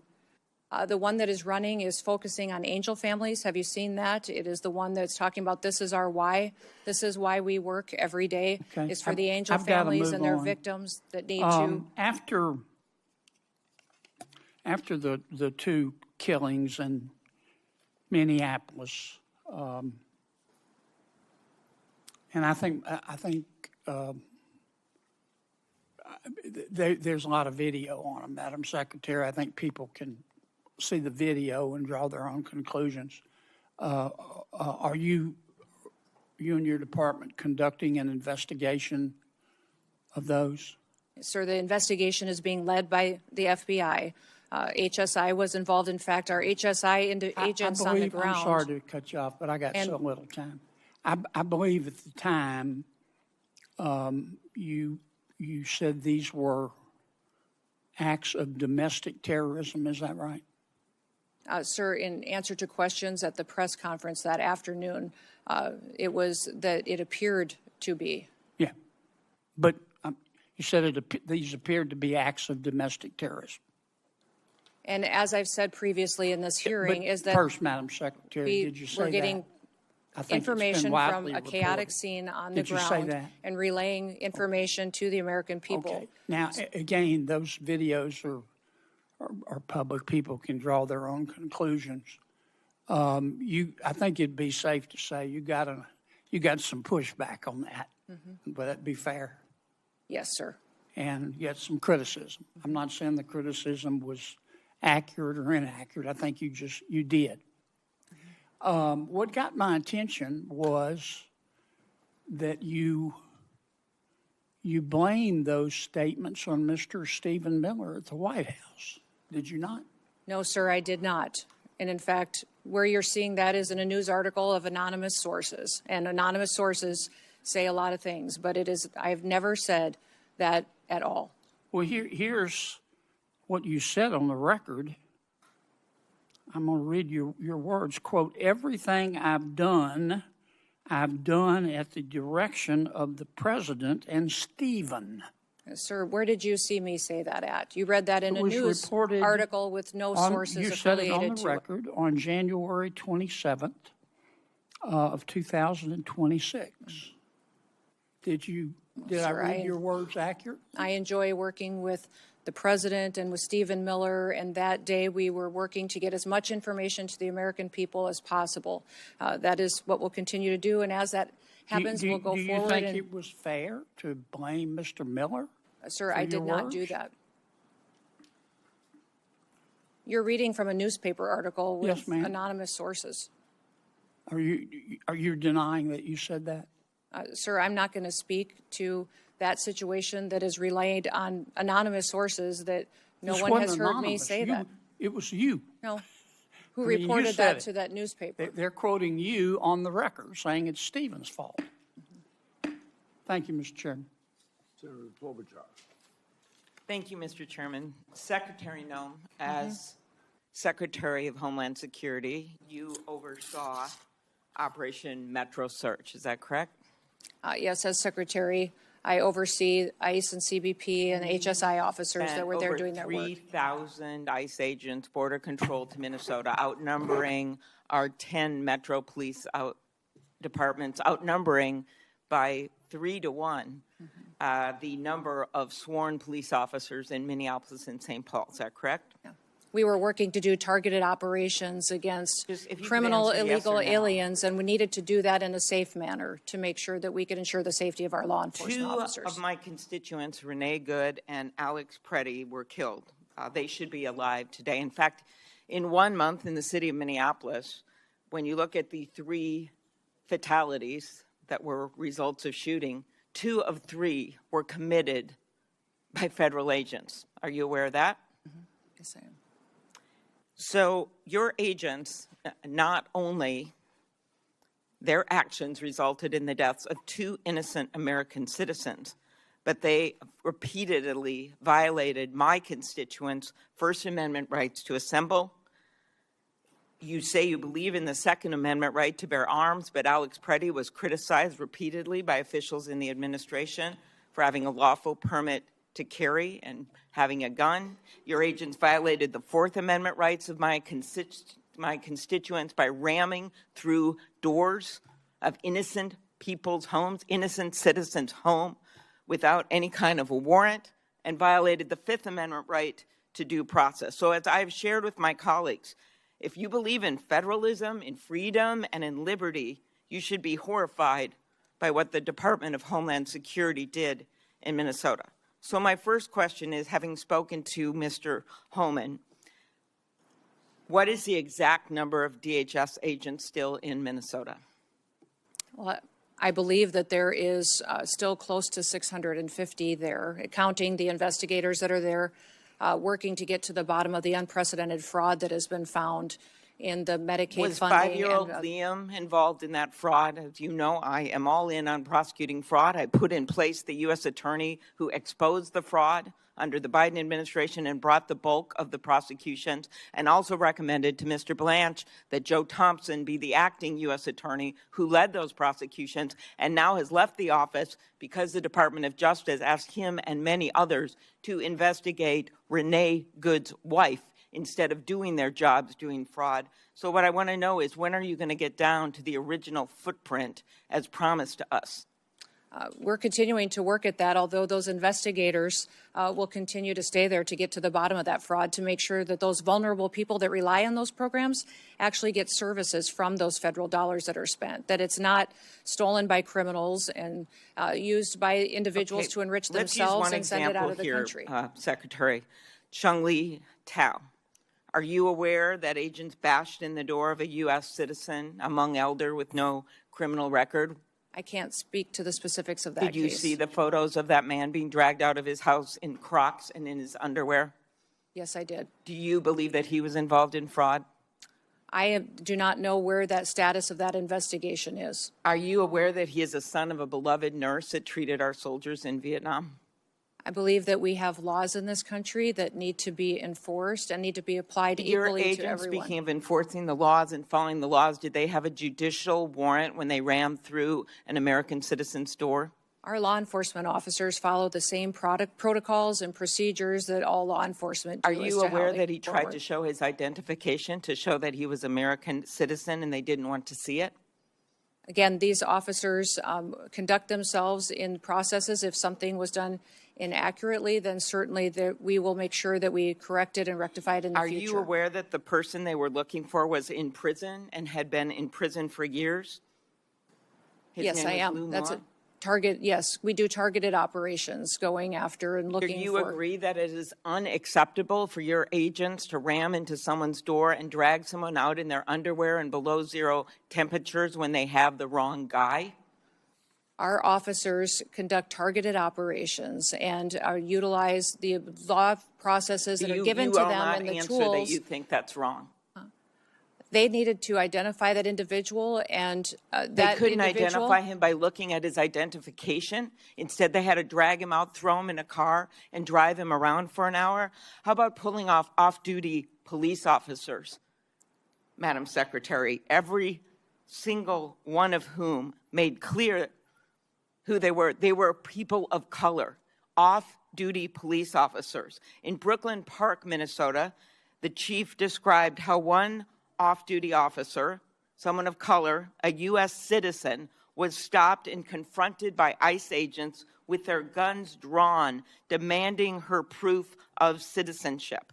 As Chief Bruley said, I wish I could tell you that this was an isolated incident, but the other chief said it had happened to their own officers. Why were these officers stopped? We have thousands of law enforcement operations that we do every single day. Do you think they were stopped because they were people of color? Were they racially and drug profiled? traffickers Ms. off Gnome. our streets? When I look at these American families that have been victimized by criminals that we have removed from cities and from communities, I'm grateful for the work that our ICE officers do. And by your only Are focusing, you defending stopping off-duty I would like to hear you police talk about officers some of the color operations and that we've dragging done a to Hmong bring elder people out of to his justice. home? When you only talk about these situations like this that we are conducting, and you don't talk about the good work that they do to protect people from being victimized by people that are in this country that want to conduct violent crimes against them or take advantage of them. The laws need to apply to everyone, and we're out there enforcing the law. I am a former prosecutor, Context is Ms. Gnome, incredibly and important. I have always in every worked with our situation. police well, but that's not what was going. These ICE agents were not following police procedures. After the killings of Renee Good and Alex Pretti, when I spoke to Alex's parents, they told me that you calling him a domestic terrorist, this was directly from them, the day after he was killed. A nurse in our VA, Alex, one of the most hurtful things they could ever imagine was said by you about their son. Do you have anything you want to say to Alex Pretti's parents? We were relying in the hours after that incident that was so horrific on information we were getting from the ground from our I just agents. asked if you had But I anything would you say wanted to say to the but I would parents say or to the family that's of what Renee I'm doing Good right after now, is you that called I them domestic can't terrorists. even imagine what they have gone through in the loss of their son and the loss of their family members. But It's how about absolutely specifically tragic, calling them and I domestic send terrorists them without any evidence of this. that? Sir, ma'am, I did not call him a domestic terrorist. I said it appeared to be an incident of. I think the parents saw it for what it was. After the killings, the federal government refused to cooperate with state law enforcement. Agents blocked Minnesota investigators from accessing the scene. I know because I got directly calls from the mayor. I tried to call the DOJ. I tried to do everything I could because they were very worried about what was going to happen immediately, especially after Alex Pretti's death. Do you think that blocking local law enforcement from the scene of a shooting makes people safer? Yes or no? Actually, our HSI law enforcement officers risked their lives on that scene, preserving evidence and keeping the violent rioters away from the evidence so it could be preserved for the investigation. What life was lost at that scene, Secretary Noem? Yes, I understand It was that. Alex Pretti's life and that was after lost. it became very. I believe it is in the interest of justice to have a full and transparent investigation. Is the investigations being led by FBI and internal investigations as well into this incident? Will you commit to reversing the decision to cooperate with the Minnesota Bureau of Criminal Apprehension, an agency of seasoned professionals that the agents worked with directly, FBI agents worked with directly to investigate after the shooting assassination of Speaker Hortman, after the killing of those two little kids in that church with the bullets going through those stained glass windows? In both incidents, our federal and local law enforcement worked together and are working together in those investigations. But they have been blocked, the locals have, from being part of this. Why is that, Ms. Noem? The FBI is leading this investigation, and I would leave that question for them to answer. Thank you. Before Senator Blackburn, without objection, I'll introduce into the record unaccompanied children case study that the Trump Health and Human Services provided to my office. These records describe horrible cases in which children were forced to work to pay smuggling fees, physical assaulted by sponsors, and denied a chance to attend schools. The unaccompanied children case study are further evidence of the previous administration's policies to put children in harm's way. I appreciate the cooperation of the Trump administration. Is there any objection? Mr. Chairman, Proceed. I do not object, but I would like to have unanimous consent to enter into the record the details of the 3 instances where the Secretary refer to the victims that we've discussed and as engaged in acts of domestic terrorism. We have the exact statement, the exact date and time that you made those statements. I'd ask unanimous consent to put those in the record. On both requests, any objection? No objection heard. Senator Blackburn. Thank you, Mr. Chairman. Madam Secretary, thank you for being here today. And I want to thank you so much for the work that DHS and FEMA have done in Tennessee with the recent ice storm, but also previously with Hurricane Helene, and the responsiveness we have gotten from FEMA, the difference from the previous administration and your administration has people in Tennessee, and I just want to express my gratitude to those employees that are working so hard. So we truly are grateful for that. I want to go back to something Senator Durbin said in his opening statement. He referred to the Biden policy, immigration policy, is sensible and humane. And in his comments, he said there was a sensible and humane way to deal with immigration, but he felt like Biden's policy was sensible and humane, and what you all are doing is not sensible and humane. And this struck me because the Biden administration allowed hundreds of thousands of those illegally entering the country. We have seen hundreds of thousands of migrant children that have been lost. There is nothing sensible and humane about that. There is nothing sensible and humane about having terrorists walk across our border and come into this country. There is nothing sensible and humane to these wonderful families who are grieving the loss of loved ones, that somebody illegally came in the country and took the life of their loved ones. So those comments really struck me. And I want to provide you the opportunity to respond to what Senator Durbin supported, the Biden immigration policy. We had hours and hours of hearings dealing with such. He supported the Biden DHS. But to me, there is nothing sensible and humane about allowing millions of people to violate the rule of law in the United States. And I yield to you for a response. Yes, well, thank you, Senator.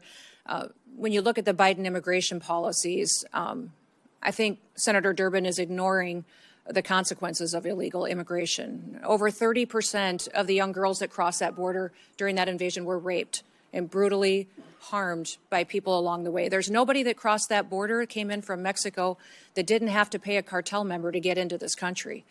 Those cartels have been enriched and made sophisticated and professionalized by the money that Joe Biden facilitated putting into their pockets by allowing that invasion to happen and funneling people into the cartel's hands. I also would say that 4,000 people died during that invasion, when people were coming into this country, died because of the inhumane circumstances that were going on, from the heat that they were having to deal with, from drowning in the river. It was not humane what we saw being facilitated by the Biden administration. So every day, the people at the Department of Homeland Security get up to defend this country and our borders and the citizens that live here. I know, Senator Durbin, that you appear to be very concerned about illegal immigrants that are in this country. I will tell you that as a Secretary of Homeland Security, I am very concerned in doing my job and protecting American citizens. That's my number one priority, and I will continue to enforce the law and make sure it applies equally to everyone that's in this country. Thank you. Joe Kent, who is the director of National Counterterrorism Center, last year told the House Homeland Security Committee that there are at least 18,000 known terrorists that are here in this country. And I've heard from Tennesseans all weekend long about their concerns. The attack in Austin was really quite unsettling. And the awareness that there are these terrorists that are among the citizens here in our country. So would you lay out, not only for this committee, but for the American people, what steps are you and your team taking right now to make certain that we apprehend, detain, and prosecute these terrorists before they have the ability to conduct any act of evil? Well, Senator, when you let millions of people into this country unvetted, you truly don't know how many dangerous, known and suspected terrorists there may be in this country. We continue to do our investigative work. We continue to look at individuals that are here that may be committing crimes and working with local and state law enforcement where possible. What I would say is anybody that we know that the Biden administration has given green cards to or naturalized. We're going back and re-vetting those individuals, those who came in under refugee programs. We are re-vetting those individuals and interviewing them and talking to them to ensure that they are someone who is here appropriately and they didn't come in under a program that was abused by the Biden administration. We continue to use our intelligence and analysis department under the Department of Homeland Security to gather intelligence and cooperate with other intelligence agencies and with the FBI to go after and to prosecute those who would wish to do us harm. We're grateful for the American citizens that work with us, and we understand that people who are in this country illegally and have final removal orders should be detained. Our priority is going to continue to go after those worst of the worst and to make sure that we are getting them out of our country as soon as possible and brought to justice if they've committed crimes here. There are a couple of bills we were able to fund in the Working Families Tax Cut Big Beautiful Bill back during the summer, and we're so grateful for President Trump and the attention that he put on some of these issues of protecting the American people and making that the priority. And you know, that's a part of upholding our oath. I think many of us were struck last week when the president asked, do you think it's the first order of business to protect the American people? And many of our colleagues on the other side of the aisle just sat there. That was stunning. So we're grateful for this focus on protecting our people. There were two bills, the Prince Act and the End Child Trafficking Now Act. These are pieces of legislation I've pushed forward.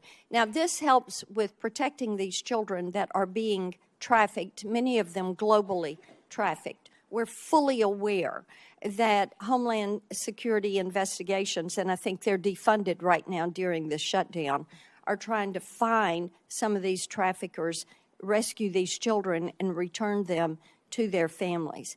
These two bills allow the collection of DNA and fingerprints so that we can stop this repeat trafficking of children.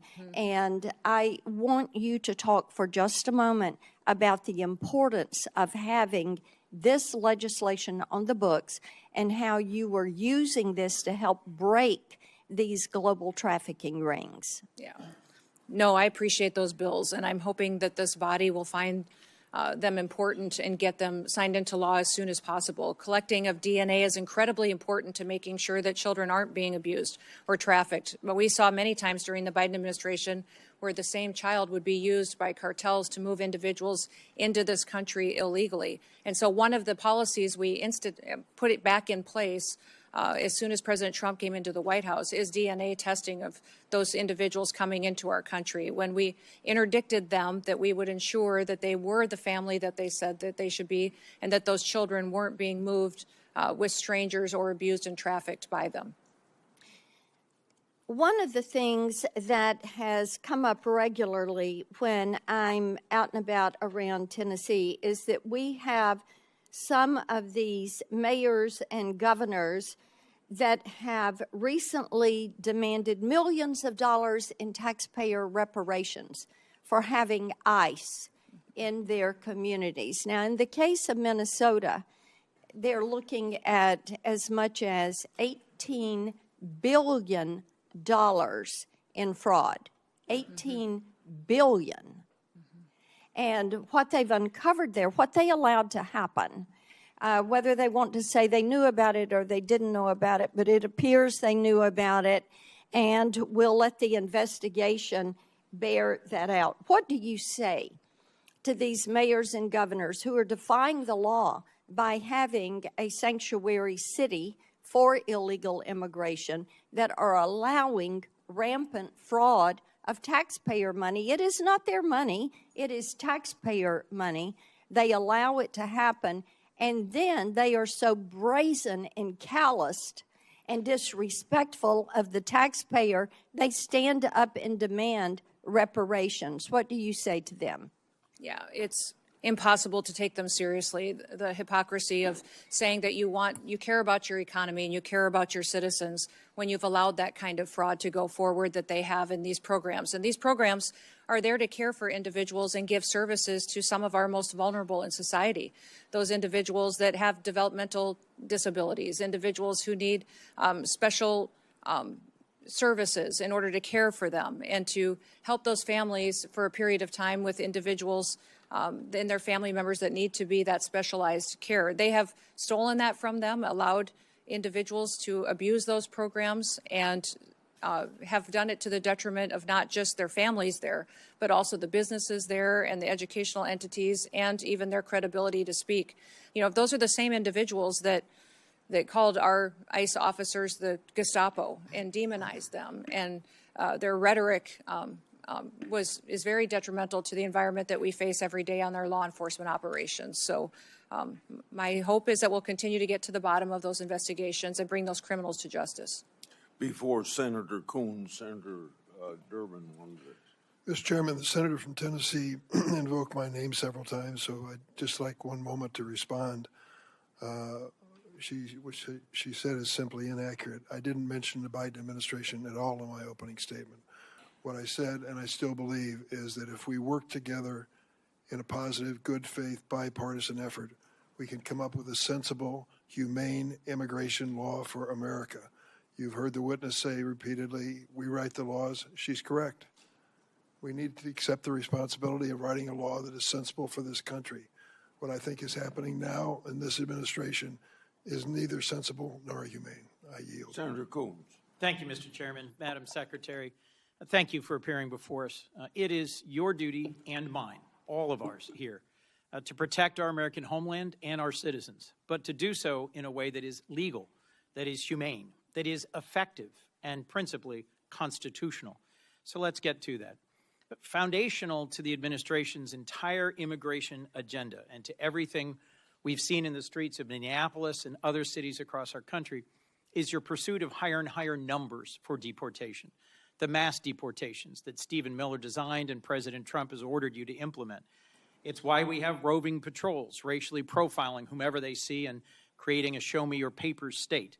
It's why you go into sensitive locations like churches and hospitals and schools. It's why you have been arresting children, the elderly, refugees, the disabled, including a resident in my own state suffering from severe developmental disabilities.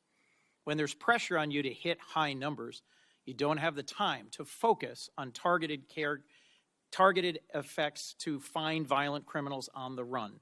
It's easier to simply round up people here breaking no laws and contributing to our communities. It's why you deny people due process and rush them out of the country. And it's why you've put poorly trained ICE recruits on our streets engaging in reckless and dangerous tactics. Does DHS, Madam Secretary, operate on any quotas or numerical targets for immigration arrests every day? No, Senator, we do not. We do targeted law enforcement operations going after those worst of the worst criminals that are here illegally. I would certainly prefer it if you did targeted operations against the worst of the worst. But just last year, Stephen Miller, who's the President's Homeland Security Advisor and Deputy Chief of Staff, went on Fox News and said, we're setting a goal, a minimum of 3,000 arrests for ICE every day. And President Trump is going to keep pushing to get that number higher and higher. He's the Deputy Chief of Staff and Homeland Security Advisor, and he oversees immigration policy for the President. What's your response to his public quote? Sir, there is no quotas at the Department of Homeland Security. When we do law enforcement operations, we do them on targeted enforcement, getting public safety threats off of our streets and out of our communities to protect the American people. Thank you. And you agree that setting quotas would actually put improper pressure on law enforcement to conduct themselves in ways that might not be in the best interest of their safety or the public. Senator, we don't have any quotas on our law enforcement Have you operations. ever issued any guidance rejecting the use of numerical targets or quotas? I usually put out notices on things that are impacting our operations. There's been no discussion or requirement on numerical quota targets. Therefore, there would be no need to reject them in a memo unless I feared that they were being implemented, which they're not. Here's why I think there might be real value in your putting out a memo saying, I reject any quotas. It's not just what Stephen Miller said last May. He's reportedly, and I have many press accounts of this I can submit for the record, making conference calls, berating agency officials, threatening to fire them, threatening to fire the leadership of field offices that are in the bottom 10% of arrest numbers. I would suggest that it's this constant drive for higher numbers that has been behind a lot of what we've been seeing in terms of the failure to actually focus on the worst of the worst and targeted enforcement, and to instead do things like roving patrols and profiling. Let's move on. Steve Bannon, long an advisor to the president, one of his earliest public supporters, recently said that ICE should be deployed at the polls in the next election. Will you rule out the deployment of ICE or CBP to polling places this November? There are no plans to have ICE officers at our polling locations. And I'm glad to hear that, but would you rule it out? Would you say it will not happen? Do you plan on illegal aliens voting in our elections, Senator? I do not. In okay, fact, then the there Heritage should be no Foundation, need to, unless you plan on illegal Madam aliens Secretary, voting. the Heritage Foundation recently concluded that over a 20-year period where they reviewed hundreds of millions, billions of voting cases, they found only a small handful of actual cases of illegals voting. So I'm concerned by your rebuttal, which suggests you may be unfamiliar with 18 U.S.C. Section 592. Are you familiar with this federal statute that relates to sending armed men to polling places? There are no plans to send any of our law enforcement officers to but polling locations. But, Madam Secretary, you're clear it would there be have a been federal illegal crime aliens. for you to do so. There are illegal aliens that have voted, and it's been proven in the past in certain cases in certain states. We provide a program to states. I think we have 27 different states that utilize our SAVE program now to verify individuals that are eligible to vote in their elections. And as states run their election systems, we encourage them to use that to make sure they maintain their election integrity. Madam Secretary, can you understand how when Steve Bannon says publicly we should have ICE at the polls, and you say there are no plans, that's not enough to rule out the possibility of a violation of this long-standing federal law? Will you issue a directive that ICE and CBP should be nowhere near polling places this November? We have no plans to have ICE officers or law enforcement at polling locations. States are responsible for running their elections, and we're giving them tools and mitigation efforts that they can utilize in order to make sure they maintain the integrity of those elections and that individuals can trust their systems to ensure that their vote counts. Let me move on to training. I was long responsible for the second largest police agency in Delaware. I understand and recognize the critical role that training plays in keeping law enforcement officers safe, in making sure that they perform their important duties as effectively as possible, and that they understand the obligations of policing in a democracy. A whistleblower recently testified that ICE's training process is, quote, deficient, defective, and broken, raising concerns about how you cut training time in half, reducing training hours by 240, and cut out key courses on the use of force and constitutional obligations. He also testified to a culture of fear that pervades ICE and a constant effort to churn out more trained officers in order to achieve higher numbers. Your department put out a statement that the training is the same number of hours that officers have always received. So let's be clear. Is it your sworn testimony today, Madam Secretary, that training hours have not been reduced for any recruit compared to where they were, say, a year ago? Senator, our ICE officers are trained when they come on board the department 56 days. We've changed the format of those days. Instead of 5 days a week, 8 hours a day, they now do 6 days a week, 12-hour days. We also give them 28 days of on-the-job training so they can have more hands-on experience with individuals that have served a longer period of time in law enforcement and have that experienced officer supporting them going forward. What I would say about your whistleblower is that your whistleblower came to FLETC, which is the area academy where we train over 130 different federal law enforcement agencies. He came there after we had changed our program and didn't experience how we trained our ICE officers previous to that on those 5 days a week, 8 hours a day. I don't know how he would speak to how Secretary, ICE used to do that, and this individual was only detailed there for a short period of time, a few months, and was a trial attorney, not an expert in a number of places around the country have faced protests for how they've been conducting their policing. Do you specifically train your new recruits on how to handle peaceful protesters in the context of the First Amendment and their rights? Yes, they are trained in that, and they are annually trained and updated with legal guidance, with constitutional provisions, de-escalation techniques, in driving techniques, medical aid, intervening, use of force. All of those are things that our individual officers are trained on. January 22nd, you put out a press release that said enforcement and removal operations, ERO training, was 42 days. But on February 23rd, just a month later, the same day that the whistleblower testified, you issued a new press release saying it was 56 days. You seem to be making it up as you go along. Help me understand how you square those quite different numbers in terms of the total number of training days. Our training for ICE officers is at 56 days with 28 days of on-the-job experience that they get as well. That continues their training, and their specialized training is above and beyond that as well. And we're grateful for those individuals, many of those individuals that have come and joined ICE. We had over 220,000 individuals apply to become ICE officers. We've hired approximately 12,000 of those, and many of those had previous law enforcement experience when they came to serve with us. Last question, Madam Secretary, about Afghans. Americans fought, served, and died in Afghanistan over 20 years. Many of our service members critically relied on translators and on Afghans who served and fought alongside them. I've gotten to know a number of them who came to this country and were thoroughly vetted and were frankly heroes who had risked their lives alongside Americans. At the moment, I believe your leadership at DHS has abandoned our commitment to the Afghans who served alongside us.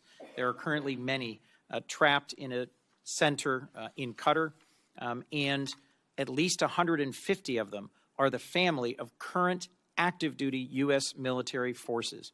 It is within your power to create a process for them to seek waivers of the refugee ban so they could come into the United States. Will you consider doing so? We'll continue to do our due diligence on vetting individuals that come into this country, especially those who came in on a refugee program, and make sure that vetting process was thorough. We found deficiencies in how the Biden administration was doing that. Will you commit to not forcing any of them back situation. into the waiting arms of the Taliban, who will certainly torture or kill them? We'll continue to look at every situation and make sure they qualify for the programs to how they're laid out in statute. Madam Secretary, as I said at the outset, it's your obligation and mine to protect our homeland and American citizens in a way that is legal, effective, humane, and constitutional. My concern is that across all the different incidents that have been spoken about today, you are failing to do so. You are failing to deliver legal, humane, effective, and constitutional protection for the American people. Thank you, Mr. Chairman. I got three things to do before I call on Senator Britt. First of all, Madam Secretary, you can correct me if I'm wrong, but it seems to me the answer you should have given about Steve Bannon is he's not even in the administration. Correct. So why would he have any influence over what you're doing? Correct. Secondly, we're going to take a break after Britt, Blumenthal, and Schmidt. Lastly, without objection, I'd like to introduce evidence of potential human trafficking that I sent to the Biden administration as part of my unaccompanied children oversight.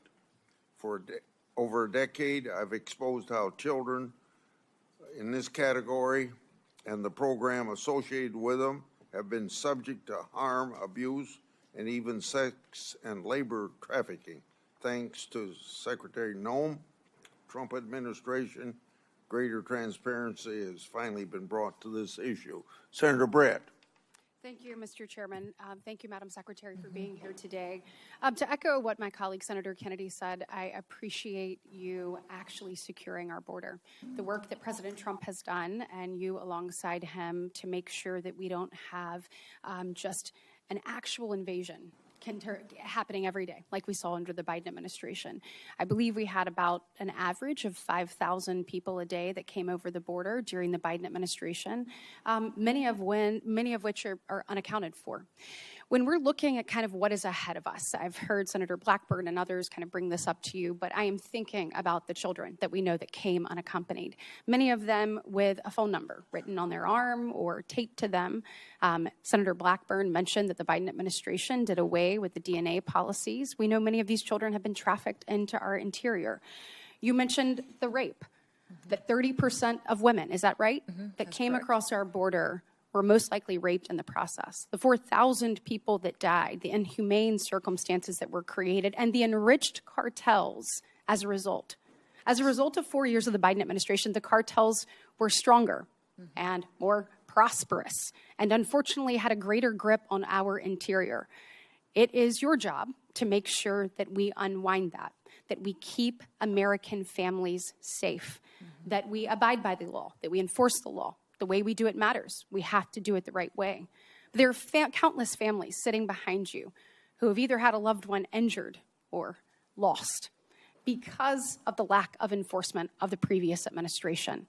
Do you commit to me today that you will ensure that no family has to go through this again, that you will use the tools at your disposal the right way to protect American citizens? Yes, I will use every tool I have available to make sure that we're protecting as many Americans from having to go through what these families have had to go through.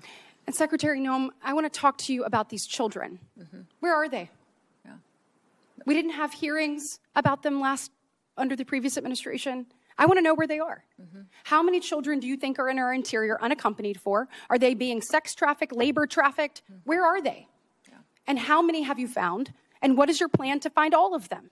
Every one of those children deserves to be seen, deserves to be found, and I appreciate the president's commitment to making that happen. I want to know what you're going to do to follow through with it.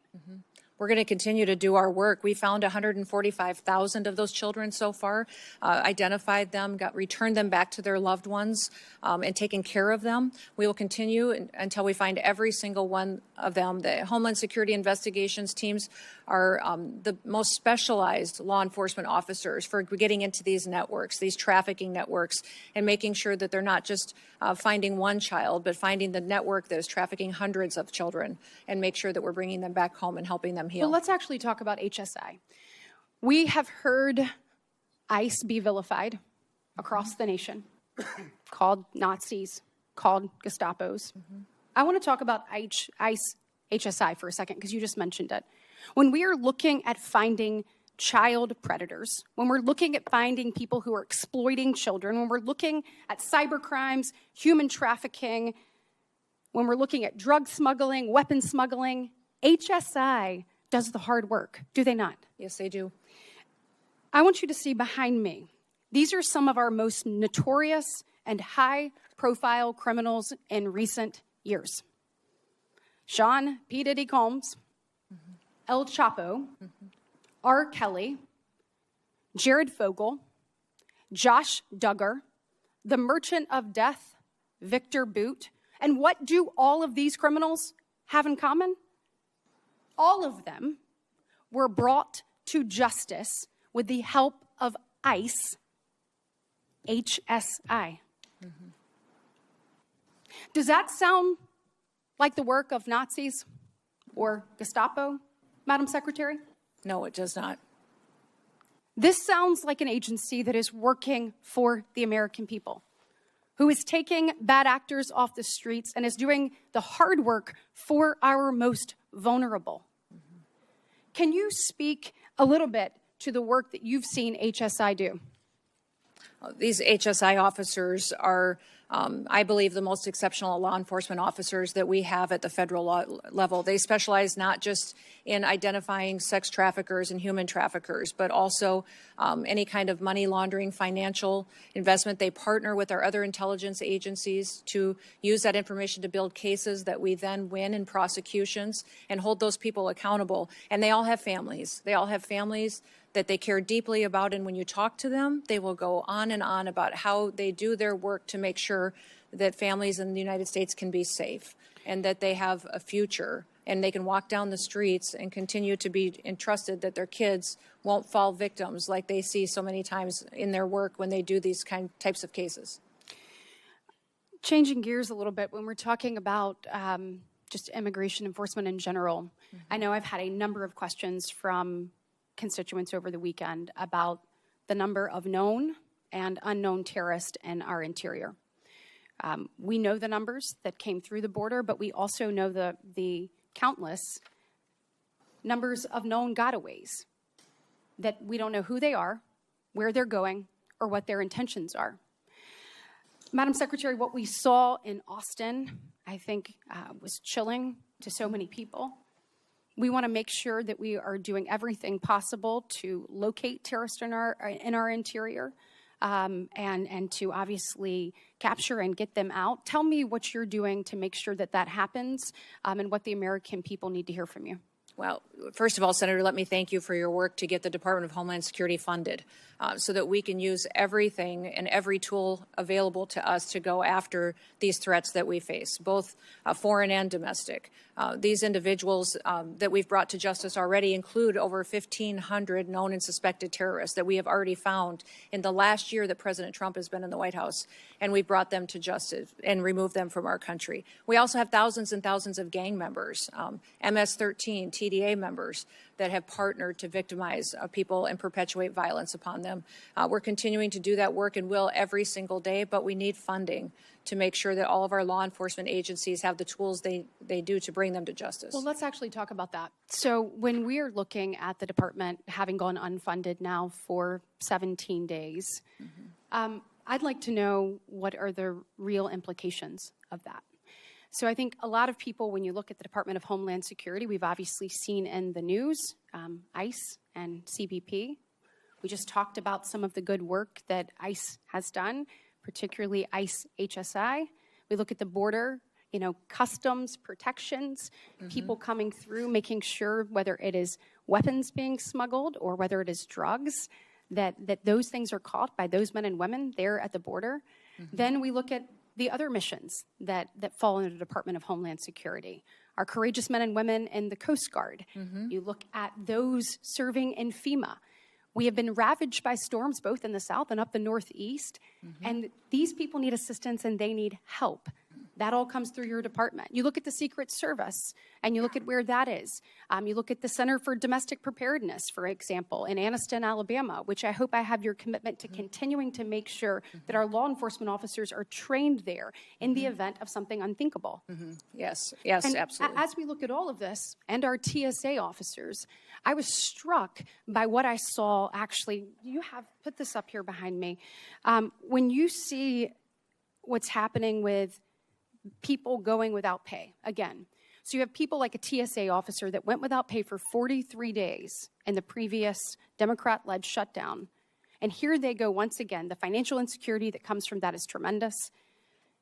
We heard reports of officers sleeping in their cars at airports to save money on gas, selling their blood and plasma, and taking on a second job to make ends meet. Some are just recovering from the financial impact of the 43-day shutdown, and many are still reeling from it. We cannot put them through another such experience. In the last minute left, will you tell us the real implications of this shutdown on men and women that stepped up to serve our country in the highest way to keep our homeland safe and secure? Yes, I'm grateful for our TSA law security officers that are still showing up and doing their jobs, running those security checkpoints, even though they're not collecting a paycheck. A couple of the stories that I had heard when I spent time with them just in recent days was one individual whose wife needed cancer treatment, $1,200 treatment that he couldn't afford, and had to go and borrow money so she could get her cancer treatment because he wasn't getting his paycheck. Another individual who had 9 children, was raising 2 of his grandchildren as well, that was struggling to pay his bills, took a nighttime job as a welder just to try to keep food on the table for the responsibilities that he had. These people joined TSA because of 9/11, because they want to be a part of keeping people safe in the United States and defending our homeland.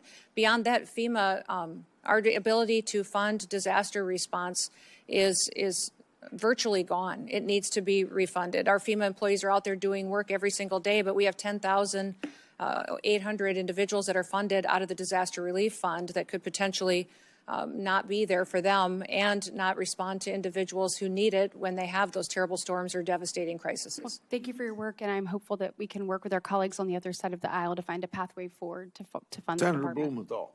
Thanks, Mr. Chairman. Thank you for being here today. Madam Secretary, for a year, you maintained that no U.S. citizens have been arrested or detained by ICE or CBP. After hearings that I conducted in the Permanent Subcommittee on Investigation as the ranking member, you admitted finally in a letter written to me just last month that, in fact, U.S. citizens have been detained and arrested. I'm going to ask, Mr. Chairman, that that letter be entered into the record. Thank you. You put the number as 38. Far more American citizens have been arrested by ICE and CBP, probably in the hundreds, perhaps the thousands. Have you met with any of the American citizens who have been detained or arrested by your agency? The individuals that may have been detained and arrested were individuals that could have been obstructing law enforcement operations you haven't met and with committing them, crimes correct? that way, and that we would have I'd like been to individuals introduce you to until their 3 identity of them. was confirmed. Leo, Javier, and Marimar, would you please stand? These 3 individuals, Madam Secretary, were arrested by your agency, Leonardo Garcia Venegas, Javier Ramirez, and Marimar Martinez. Do you know what your agents did to Leo Venegas? I'll tell you. On May 21 of last year, they entered the private property at a house that he was constructing without consent, without a warrant, illegally. Again, on June 12th, they entered private property, a home where he was doing construction. He is a United States citizen, born in Florida. They seized him and ignored and disregarded his proof of citizenship. Wouldn't you agree with me that no U.S. citizen simply working lawfully should be arrested? In law enforcement operations across the country, there are times when U.S. It's a citizens simple yes or may no. be arrested or detained until Would their you identity agree with is me, confirmed Madam and that they Secretary, haven't that committed a U.S. crime. citizens should not be arrested when they are obeying the law, they have no criminal record, and they are engaged in a lawful activity? Sir, in situations where law enforcement, regardless of the agency across the country, when there is probable Let cause, me tell an you about individual Javier may be- Ramirez. Do you know what your agents did to Javier Ramirez? He was on his own private property when he was assaulted by masked agents, his own property. Without a warrant, without consent, they said, get him. He's Mexican. He was violently slammed into the ground while being handcuffed and taken into custody, despite telling officers that he is a United States citizen and even showing them his passport. And when he was asked what he was being arrested for, you know what they said? We don't know. Wouldn't you agree that targeting someone just because he is or looks like he is Mexican when he is a United States citizen is wrong? Senator, we do not target people based on their race or ethnicity. We do targeted operations based on criminal backgrounds and information that we have. Madam Secretary, Javier was detained for over 4 days. he was denied medicine that he needed for severe diabetes. He lost consciousness. He had severe hypoglycemia. Wouldn't you agree with me that medical treatment should have been provided to him? Senator, Denied. medical treatment is provided to individuals in our processing and detention centers. Within 12 hours, they have a medical examination. We get them the prescriptions and medication that they need. They also have a full evaluation. Will you commit to take action and to look into why he was denied medical treatment? Yes, I will look into that case specifically for you, Senator.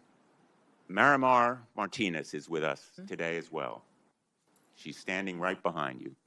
She was on her way to donate clothing at her church when she came across an unmarked car. The agents sideswiped her car. 3 masked agents in camouflage stormed out, and one of them pulled out his gun and fired at her moving vehicle, hitting her 5 times. She almost bled to death. Wouldn't you agree that shooting Miramar Martinez on her way to donate clothing at her church, a United States citizen from Chicago, is wrong? Sir, I don't know the situation or the case. I'll look into it to ensure that all the procedures were followed properly. I'm glad you'll look into it. Miramar, by the way, was falsely charged with impeding law enforcement, but the case actually fell apart. The judge dismissed it as being trumped up. He dismissed it with prejudice. And in fact, the agent who shot her, I'm not going to name him, but you know who he is, was quoted on social media the day or so afterward. And he said, quote, "I fired 5 rounds and she had 7 holes. Put that in your book, boys." And quote, "Cool, I'm up for another round of F around and find out." Will you join me in condemning that agent? Sir, that situation I don't know the details of, but I will look into that. I don't know why you can't join me in saying it was wrong to shoot Miramar, almost cause her death, and then brag about it.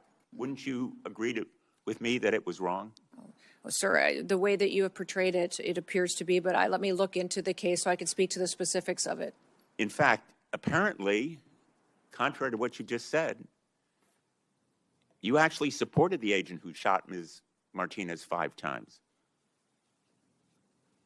He's quoted as saying, when he was asked, everyone has been supportive, including Chief Bovino, Chief Banks, Secretary Gnome, and El Jefe himself, referring presumably to President Trump.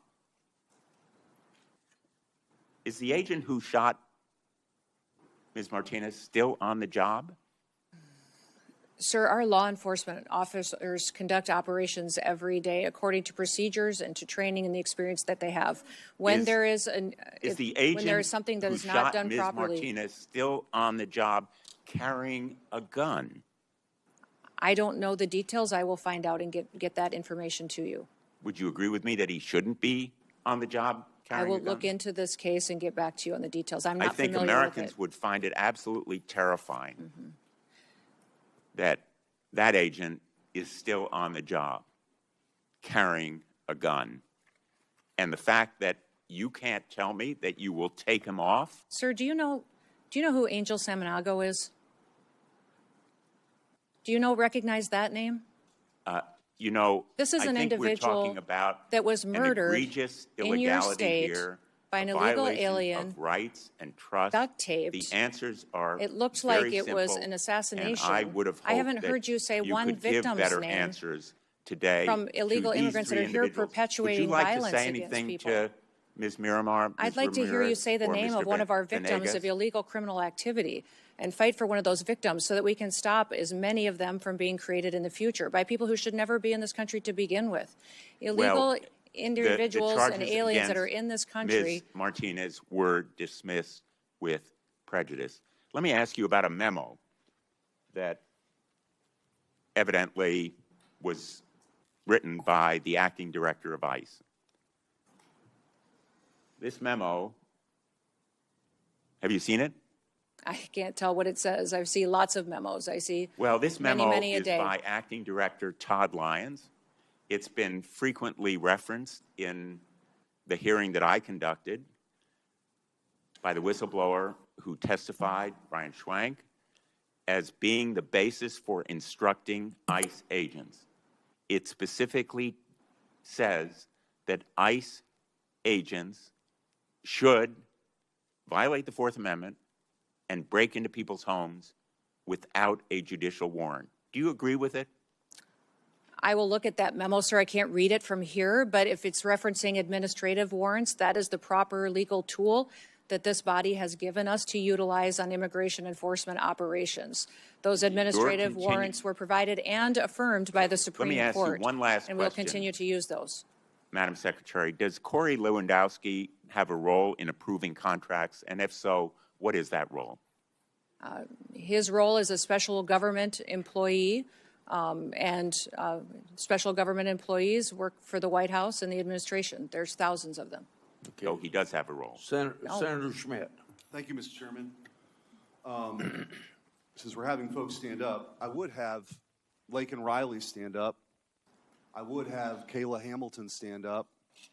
I would have Jocelyn Nangari stand up. I would have Rachel Morin stand up. I would have the beautiful sons and daughters who were murdered by illegal immigrants stand up, but they can't because they're dead. They were murdered by illegal immigrants that were led into this country by Joe Biden. And I think it's important to set the stage, since we're having this oversight hearing, to set the stage how we got here. 5 years ago, something was done that had never been done in the history of our country. We had a president who willfully ignored immigration laws and immigration enforcement, threw open the border to 15 million people who are here illegally, tens of thousands of murderers, hundreds of thousands of hardened, violent criminals. And we can debate why. I know why. They're trying to pump up the numbers for their congressional districts because they lost the case with the American people. But the tragedies that ensued, the tragedies that were left in the wake of this disastrous policy are what we're left with. And your job now is to finally enforce our immigration laws. And they don't like it. They actually don't think that anybody should have to leave. Because if you create the problem so big, which is what Joe Biden and the Democrats tried to do, the only solution is mass amnesty. And I'm here to tell you, we're not doing it. And the mass deportations will continue. Thank God we front-loaded the money for ICE. Thank God we did it. Because it was just a matter of time. Now, by the way, the outrage machine has moved on to something else, so I actually have hope that maybe we'll actually approve DHS funding. But we're not kneecapping ICE. We're not doing it. We're not going to take away the tools that they have to deport criminals in this country who are raping and murdering sons and daughters. So for all the spectacle that the Democrats want to create, the American people will not lose sight of what this mission is, which is to restore American sovereignty. No country, no sane country would ever do this. We lived through it. Now it's time to fix it. And this sanctuary status that many of these jurisdictions, there's about 11 that matter the most in this country. But what is that about? What does that really mean? It means that the local leaders will not tell ICE when rapists and murderers and criminals are released from prison so they can be deported. Think about that. Think about that. That's what's happening. And by the way, it's happening in Northern Virginia.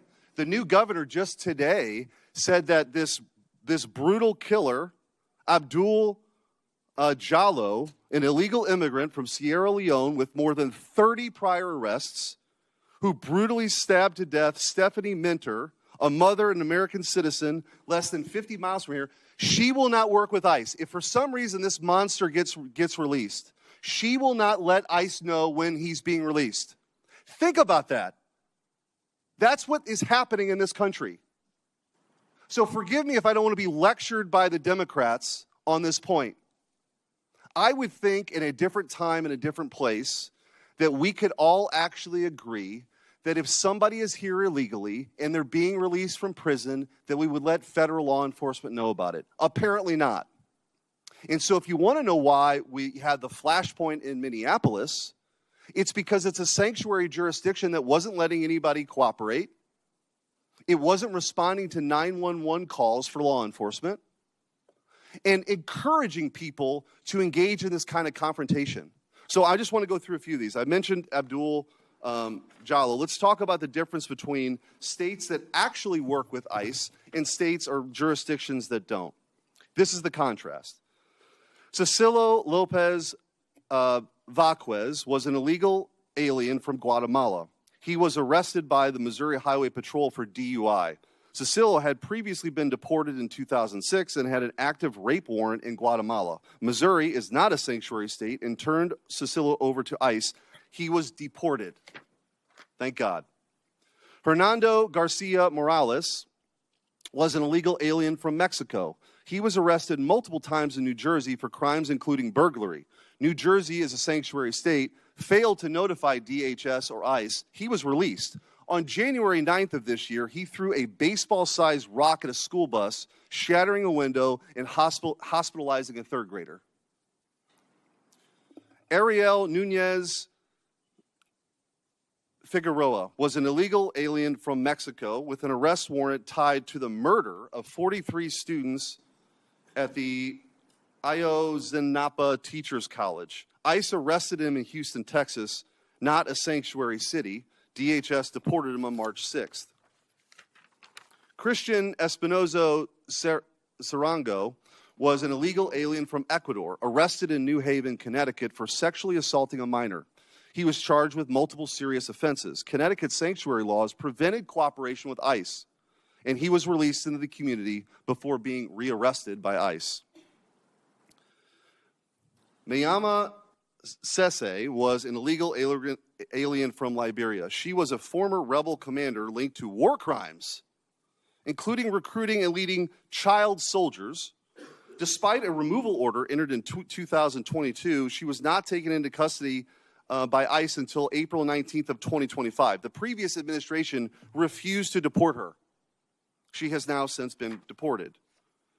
Hector Balderas Ahorne was an illegal alien from Mexico arrested in California for a felony hit and run that killed an 11-year-old boy.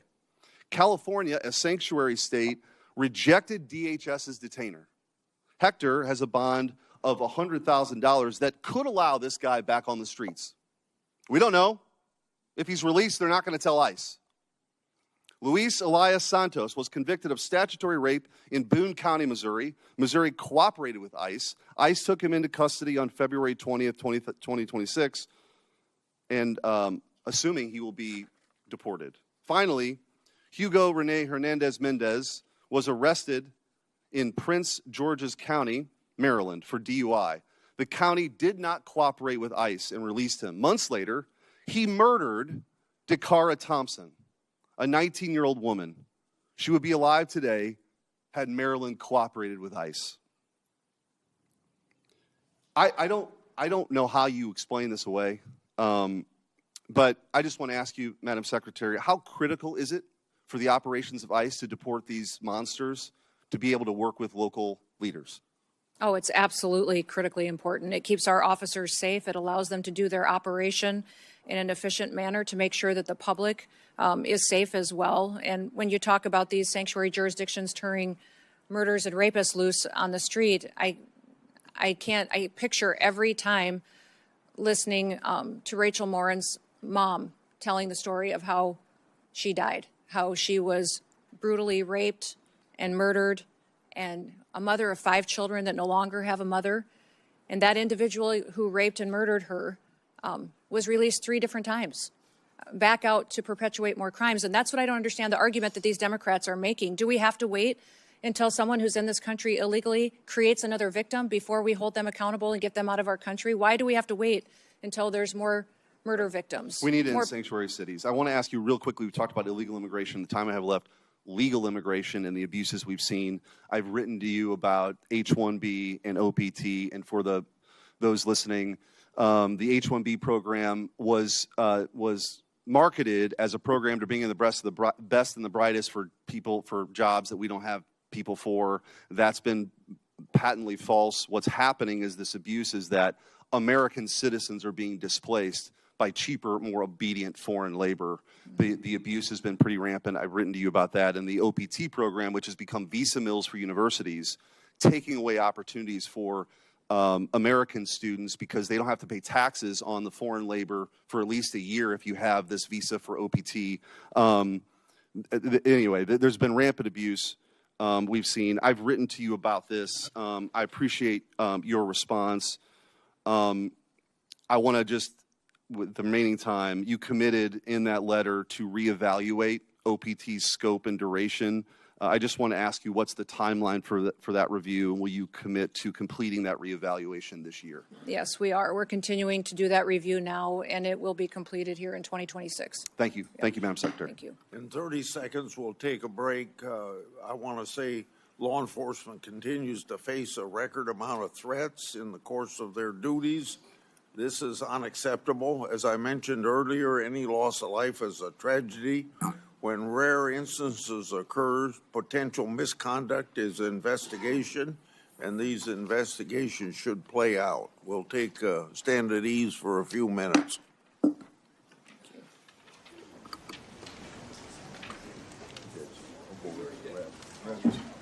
Yes.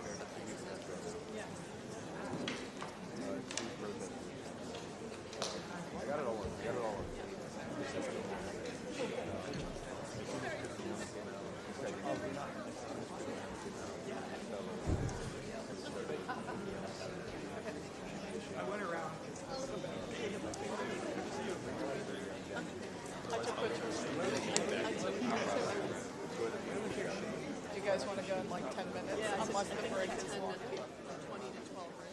No, I'm saying we have to go at least 5, 20 to 12. Yeah. So so you want to wait 10 minutes and then off we go? Yeah, like 7 more minutes. 11:30. I was going to figure out how to, 7 more minutes and then or should we just go? We'll wait 7 more minutes because I don't want to stay online again. But then we,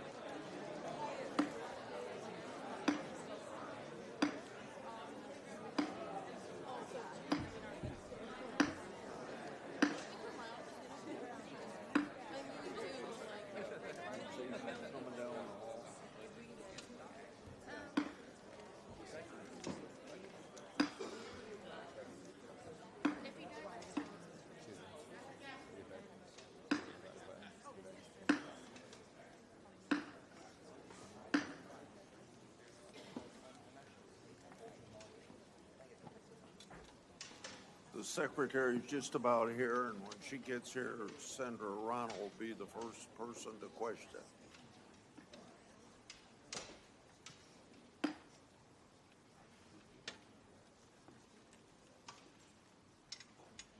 How'd you know she was in the hall? She'd be here by now.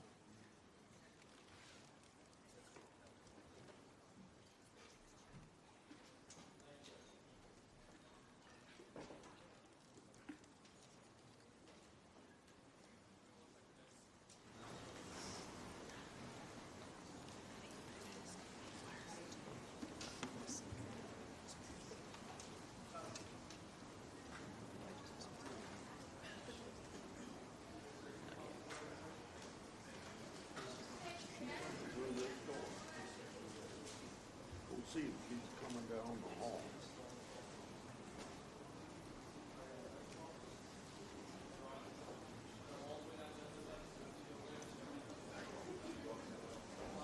Yeah. I just checked, the secretary is coming.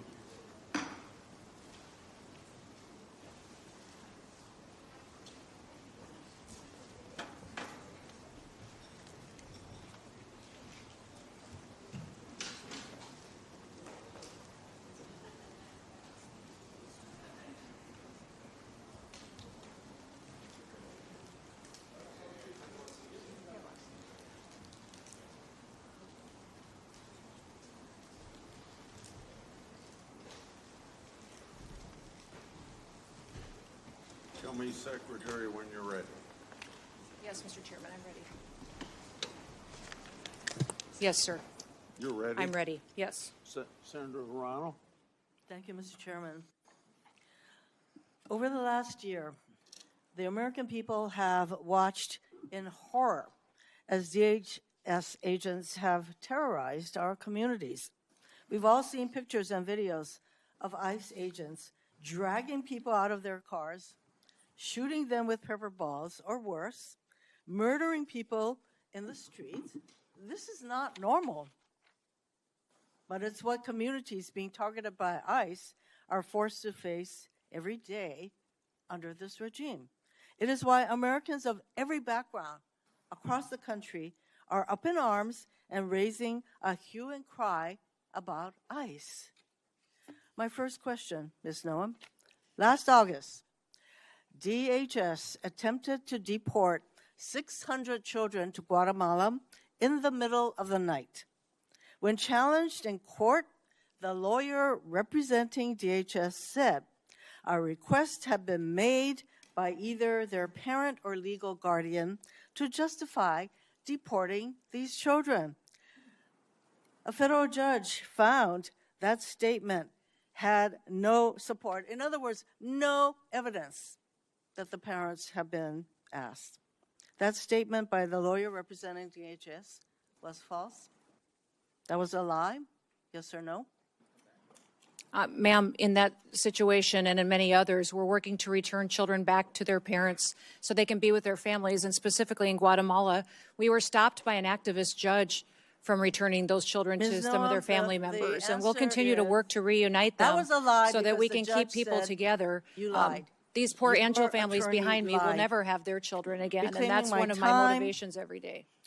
After DHS agents shot Marimar Martinez 5 times, your department was quick to label her a domestic terrorist and claim that she ambushed and rammed federal agents with her car. She was even criminally charged, only for those charges to be completely dropped when body camera footage showed the truth, that during the incident, the DHS agents announced that it's time to get aggressive and then rammed her car. Secretary Noem, DHS was lying when it said Ms. Martinez was a domestic terrorist who ambushed federal agents. Yes or no? That was a lie. Every day, our law enforcement officers face tragic situations on the ground. They work every day to bring public safety threats to justice. You know what? You actually had to dismiss the lies that you alleged against Ms. Martinez. So that was a lie. Next. After DHS agents shot and killed ICU nurse Alex Pretti, you were also quick to label him a domestic terrorist. Even before an investigation began, you said he was brandishing a gun, a firearm. You also said he was apparently trying to do maximum damage and massacre law enforcement. The videos show that Pretti had a phone in his hand while helping a woman who was pepper sprayed. He never touched his gun. After DHS agents pinned Pretti to the ground and your agents removed the gun, they then shot him at least 6 times, killing him. Secretary Noem, when DHS claimed that Mr. Pretti was a domestic terrorist who was brandishing a firearm, that was a lie. Yes or no? That investigation is still ongoing, being led by the FBI, but when that horrific day happened in that tragic situation, we continued to relay information from agents on the I'm ground not hearing to get your answers information to a the American simple public. Yes or no questions. So, moving on. Secretary Noem, in this photo, this man is on the ground and there are multiple people holding him down. Yes or no? Yes. You see? Yes or no? Yes, he's laying on the ground and there are Yes. multiple people with their hands on him. Yes. So that is what the American people saw. This man is completely subdued on the ground with multiple DHS agents on top of him. Despite being pinned down, a DHS agent soaks him with pepper spray, which can blind and burn a person. You can't even see his face. That yellow substance is pepper spray because your agent deemed it necessary to cover his face with pepper spray. Next photo. In this photo, the man with the clergy collar is surrounded by multiple DHS agents. Yes or no? Yes. Showing you a picture, yes or no? Yes, ma'am. That is what the American people saw. This man is Reverend David Black, who is the senior pastor of the First Presbyterian Church of Chicago. He had his arms up in prayer when ICE agents fired pepper balls directly at his head. They shot him 7 times, including twice in his head. Next photo. In this photo, do you see the woman on the ground? Yes or no? Yes. That's what the American people saw. This is just after your DHS agent violently shoved her against the wall and down to the ground in front of her 2 young children. She later went to the hospital. Secretary Noem, under your leadership, DHS attacks Americans and acts as if the law doesn't apply to them. That recklessness and lack of accountability stem from the lies that you and your partners in this regime are constantly telling. Oh, it's domestic terrorists. They were aggressive, whatever. Meanwhile, Stephen Miller, a top White House official, declared to an ICE officer, you have federal immunity in the conduct of your duties. To all ICE officers. That is Stephen Miller. When DHS agents hear what you and the White House say, those agents think they can do anything. They know there will be no accountability for their lawlessness. They know that when they fire their weapons without restraints, you will immediately and reflexively blame the victims and label them domestic terrorists, regardless of the circumstances or facts. That is exactly what happened when DHS officers shot and killed Renee Good. DHS agents pulled up to her car, surrounding her. Moments later, a DHS officer shot her 3 times through the car window. She died. In response, you blamed Renee Good, saying she committed an act of domestic terrorism. Vice President Vance was then quick to say that the ICE officer who killed Ms. Good is protected by absolute immunity. No wonder we saw DHS shoot and kill another innocent person mere weeks later. The lies that you and this regime spread are creating a culture that fosters abuse of power. This is the reason we need clear guardrails on DHS. No more masks, no more warrantless searches, no more roving gangs of officers terrorizing our communities. We need DHS to meet the same use of force standards that local police need to meet. They have the same requirements to identify themselves like local police have, and use the same warrants that local police use. In other words, we need immediate guardrails to rein in the lawlessness that you have unleashed. Mr. Chairman, I am done with this witness.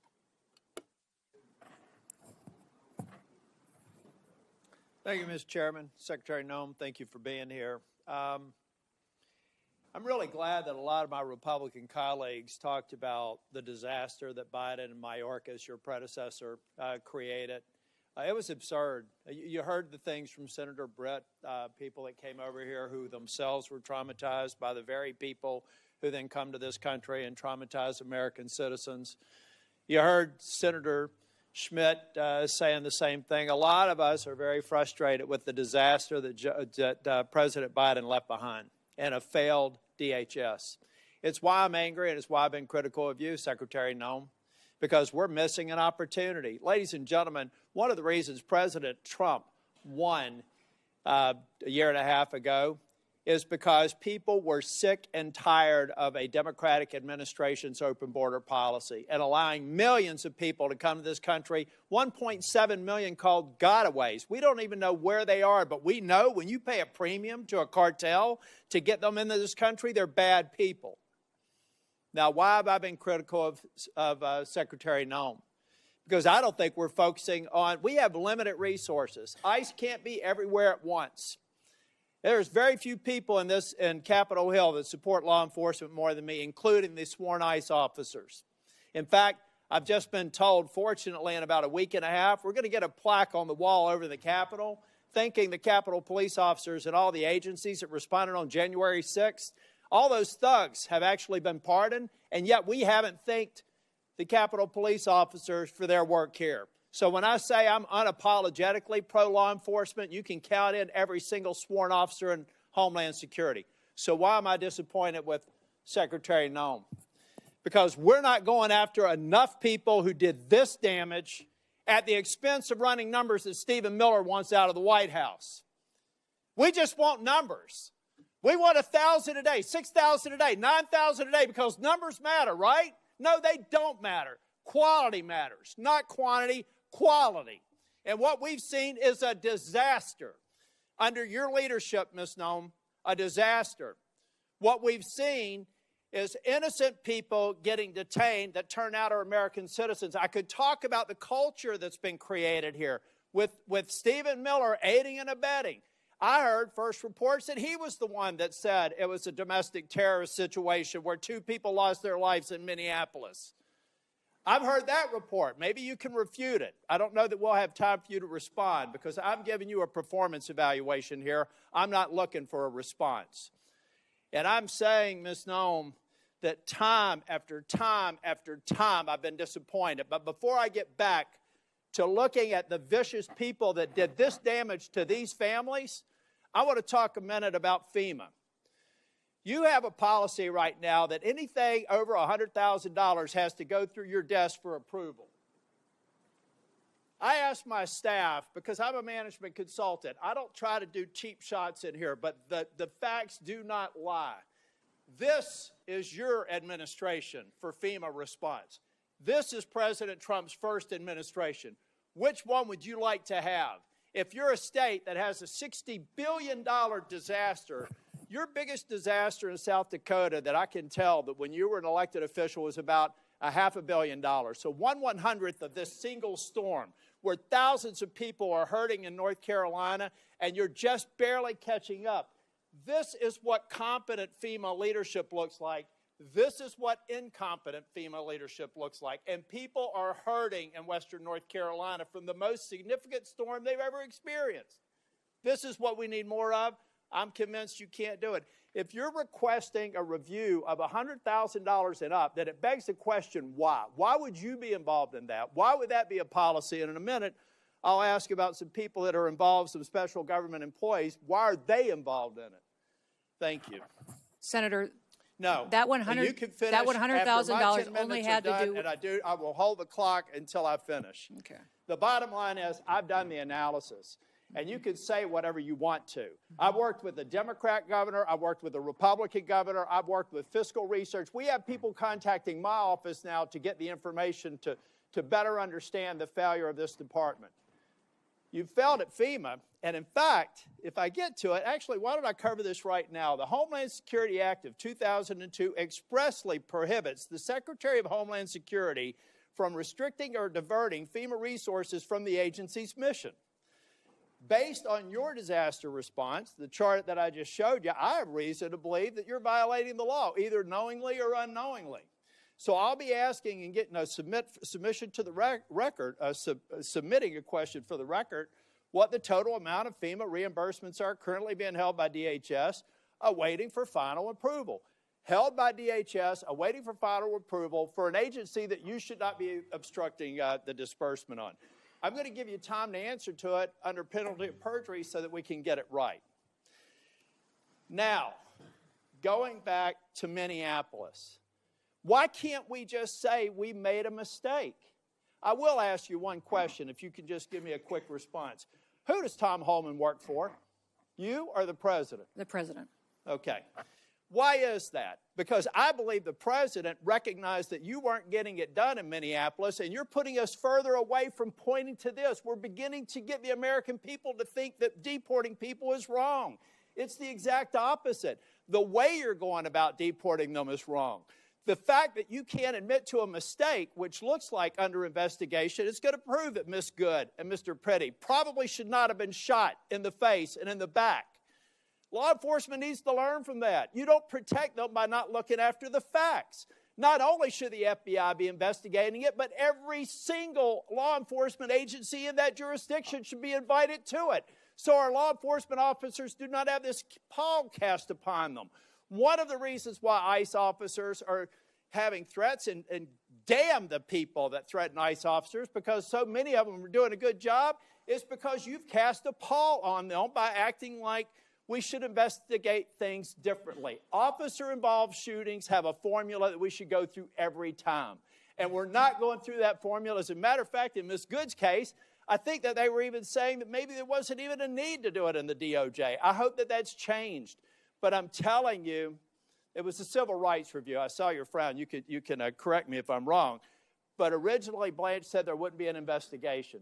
Folks, law enforcement, we've got to have their back. We've got to make it clear when they make a mistake, then they get corrected for it. But you don't walk away from it, and you've done it too many times.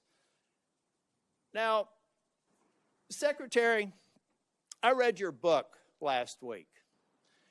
And honestly, some of the parts of it impressed me, but some of it distresses me. And I'll give you a good example of one that does.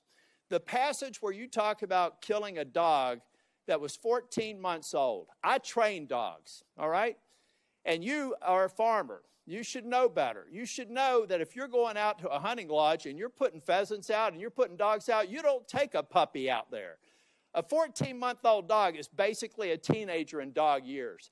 You decided to kill that dog because you had not invested the appropriate time in training, and then you have the audacity to go into a book and say it's a leadership lesson about tough choices. It's in your book. We could play it if we had time. At that same lunch hour, you killed a goat. And you killed the goat because you said it was behaving badly. You are a farmer. You don't castrate a goat. They behave badly. You should have probably done that before. But my point is, those are bad decisions made in the heat of the moment, not unlike what happened up in Minneapolis. I expect we're an exceptional nation. And one of the reasons we're exceptional is we expect exceptional leadership. And you've demonstrated anything but that in the time that I've seen you responding to the emergency in North Carolina and across the Southeast, and acknowledging when mistakes are made, and speaking too soon for the expedient of social media or whatever it is. I'll leave you with this, Ms. Gnome. I'm expecting answers to Charlotte's Web. I requested it a month ago. That was one of the investigations in Charlotte, 20 minutes from where I live. All I asked for, if it had to be anonymized, was information so that I could determine if your hit rate is right. I want to find more of those people, and I want to detain fewer of the others. And Mr. Chair, in my remaining time, I have a lot to go. But I want to submit this letter from the Office of Inspector General that cites 10 different instances under Ms. Noem's leadership where they've been misled and not allowed to pursue investigations that they think are critically important. Does anybody have any idea how bad it has to be for the OIG in this agency to come out and do this publicly? That is stonewalling, that's a failure of leadership, and that is why I've called for your resignation.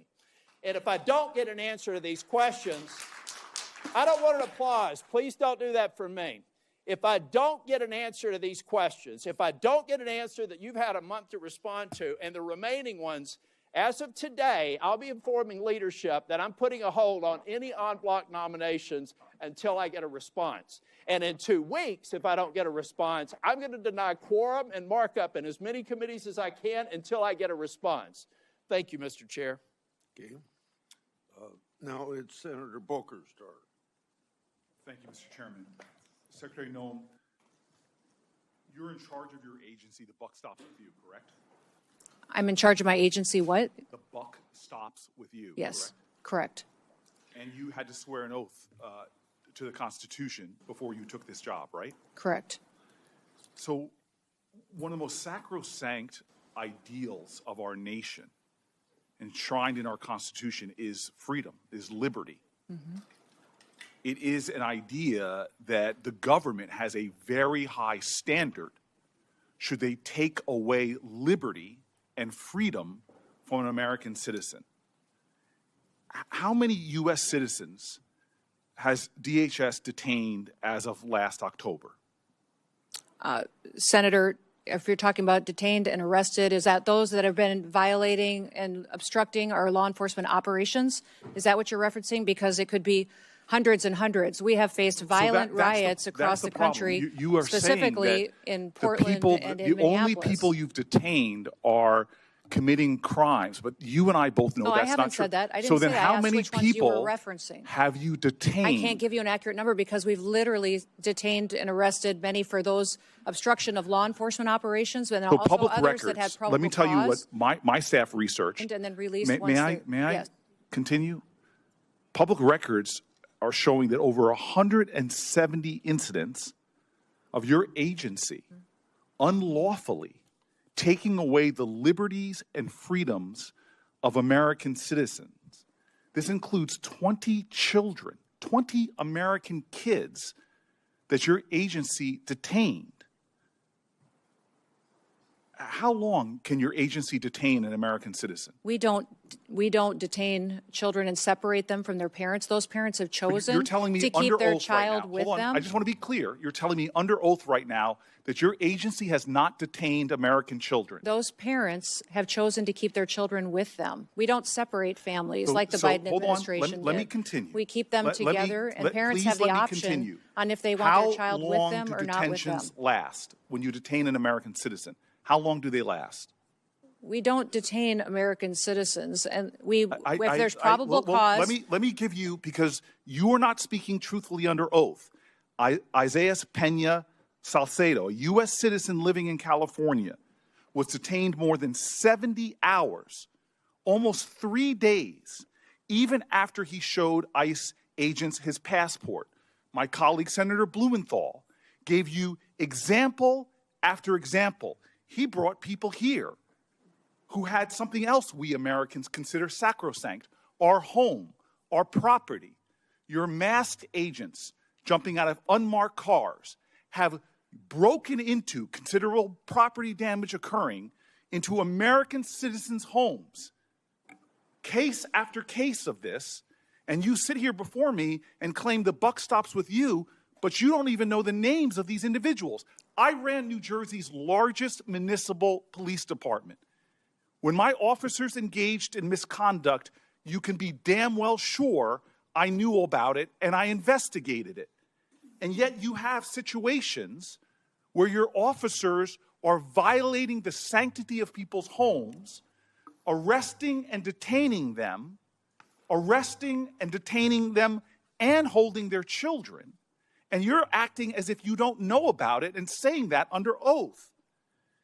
Miramar Martinez, who is here right now, on her way to church, an American citizen going to church, not just to worship, but to donate clothing. Your officers shot her multiple times. The case was thrown out of court, and you represent here that you don't know about it. In New Jersey, are you aware of your officers' activities in places like schools? Are you aware of your officers' activities at our public schools? Sir, we don't go into schools and do targeted law enforcement operations. We do targeted law enforcement operations like other agencies. So you're and law telling me that ICE do. officers entered the grounds of a high school in Minneapolis? That's a fact. Elementary school children in New Jersey are terrified of your agents. When they came upon a school bus stop, they fled. Another school, a higher education, Columbia University, your agents reportedly lied to students, told them they were searching for a missing person to gain access to private spaces, to non-public areas of campus. Secretary Noem, these are kids. They're terrified in our communities. How do you think that affects them when children in my state go running, fleeing, and often you all pursue children, throwing them to the ground, getting on their backs, putting them in handcuffs? I want to talk to you about this incredible empire of for-profit companies that are profiting at rates we've never seen, and the way you're using money. Let's drill down on the warehouses that DHS has been buying over the last several months, totaling hundreds of millions of dollars. Are you familiar with the acquisition of a warehouse DHS recently bought in Roxbury Township, New Jersey? Yes. You are familiar with that? Mm-hmm. I'm Do you familiar know how much you spent for it? No, sir, I do not. $129.3 million. Do you know how much it was assessed for in New Jersey? Sir, we're purchasing centers across the country to build efficiency into our detention system. Efficiency to so me, that we as can... a person who's run tight budgets before and had taxpayer dollars, you paid $129.3 million for a facility in my state that was assessed at less than half of that, at $62 million. To work for a president that says he's a great deal maker, I can't believe he thinks that you're a great deal maker. But what's worse than that is that the Roxbury Township Council, comprised entirely of Republicans, voted unanimously earlier this year to oppose that facility. My office tried to facilitate a meeting between DHS and local officials so that ICE could hear their concerns, yet DHS did not even respond. That is unacceptable, that you all would enter a town. You wouldn't even follow environmental reviews or have conversations with local officials about the resources, from emergency resources to fire resources and more, that you're going to pull down. You didn't even have a conversation. Secretary Noem, do you comply with court orders? Yes, we do Your comply with agency court complies orders. with court orders. Yes, we That- comply that, with federal again, court you were orders. saying under oath that you do, and yet we know in January the chief judge, Republican appointed for the Federal District of Minnesota, found that ICE had violated nearly 100 court orders since January 1st alone. In my state of New Jersey, last month, the chief of staff to Deputy Attorney General admitted in my state that New Jersey District Court, in the New Jersey District Court, that the government had violated 52 separate court orders, all involving cases where immigrants successfully challenged the legality of their detention. So this, again, is a constitution that you swore an oath to, and one of the most important ideals is that no one is above the law. You are violating the separation of powers, violating court orders, and routinely violating the civil rights of Americans. This is a reckless and out-of-control agency that you are responsible for. You seem to have no situational awareness whatsoever of some of the most egregious examples of Americans being completely attacked, violated, undermined in accordance with our laws by their own government. And this is what is phenomenal to me, is immigration was your president's #1 issue, overwhelmingly popular with the American people. But now it's overwhelmingly unpopular. And it's not because you are deporting dangerous people that everybody here wants out of our country. No, it's because you're going into our schools. You're terrorizing our children. You're detaining children. You're arresting Americans. You're breaking into our homes. You're terrorizing our streets. You're violating our rights to peacefully protest again and again and again. None of and then that when is a true. court tells you None to of stop, that is true. and then when a court You are tells trying you to stop, to impede you us violate from enforcing judges' the law orders. Not in and a getting partisan dangerous way, criminals off of our Republican-appointed streets and so we don't have Democratic more appointed. families like the ones that are sitting Sit behind there me. and tell me that Lost you are their children, are responsible gone forever. for the running of your agency when you're not even aware. Either you are utterly incompetent or you are violating laws with impunity. You should step down from your position. If you don't, you should be removed by this president. And if not, Congress should impeach you. Yeah, I appreciate the encouragement. Thank you, Mr. Chairman. Thank you, Secretary Noem, for being here. Just over a year ago, President Trump took office. At the time he did so, he came in with a significant mandate, or set of mandates. One of those mandates included the task of having to address a veritable tidal wave of illegal immigration that had occurred during the 4-year period between 2021 and 2025. A period of time in which an unknown number of people entered the United States borders unlawfully. Some have said it's maybe 10 or 15 million. Some have said it's more. It's difficult to ascertain. But what we do know is that many of those same people who were encouraging those things at that time are the same people who are now opposing President Trump and his efforts and your efforts and those of your department to remove those individuals. That was part of his mandate, clean up the mess.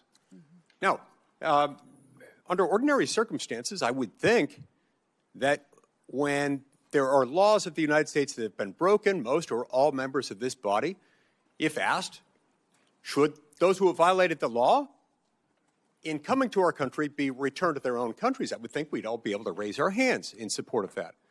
We had doubt cast on that last week during the President's State of the Union address, when President Trump made the point, quote, the first duty of the American government is to protect American citizens, not illegal aliens. He asked those of us who agreed with him to stand. And stunningly, a whole lot of my colleagues and a lot of our counterparts on the House of Representatives side declined to stand, refused to stand. These things are not without consequence. Illegal immigration is not something that poses no risk to the American people, to the security of the homeland, to the safety of individual families. It brings tremendous risk, and we've felt that. Some families represented here have felt that all too personally, and my heart goes out to each of them. We also face another threat as we approach another election this fall, a threat that, due to a ripple in existing federal law under the National Voter Registration Act, it's stunningly easy for someone in almost any state of the union to walk into a DMV, fill out a form to apply for a driver's license, which you can do as a non-citizen in almost any state.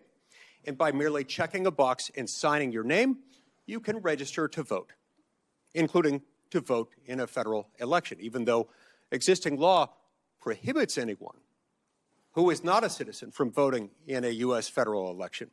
It's phenomenally easy to do so if they follow this stunning formula. That's why I've proposed the Save America Act, which would make sure that we have the tools necessary to protect your vote. Because anytime someone casts a vote in a federal election who is not an American citizen, it's taking away your vote. It's taking something that doesn't belong to them and that belongs to you uniquely as an American citizen. Yet, stunningly, some of the same people who were condemning you and condemning President Trump for trying to clean up the mess that President Biden created over a 4-year period of time are also the people most staunch, most dogged, most dug in their opposition to this very simple reform to make sure that those showing up to vote are entitled to vote.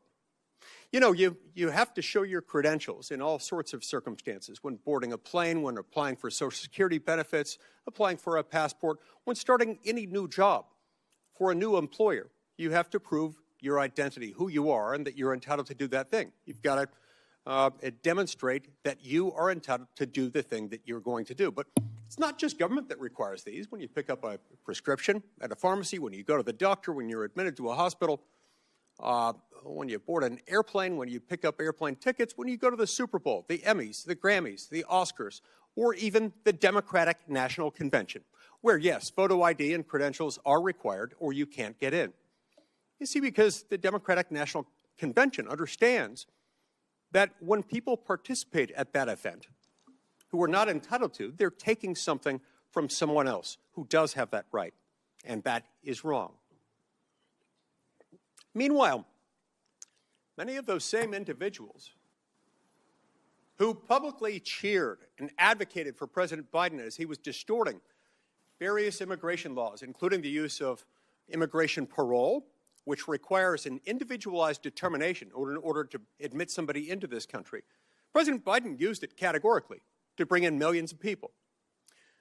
With respect to our asylum laws, he just opened the floodgates and started treating people as if they were asylees just for having submitted an asylum application, then let them off into the interior of the United States saying, we hope one day you will show up to your immigration hearing where you'll have an individualized determination.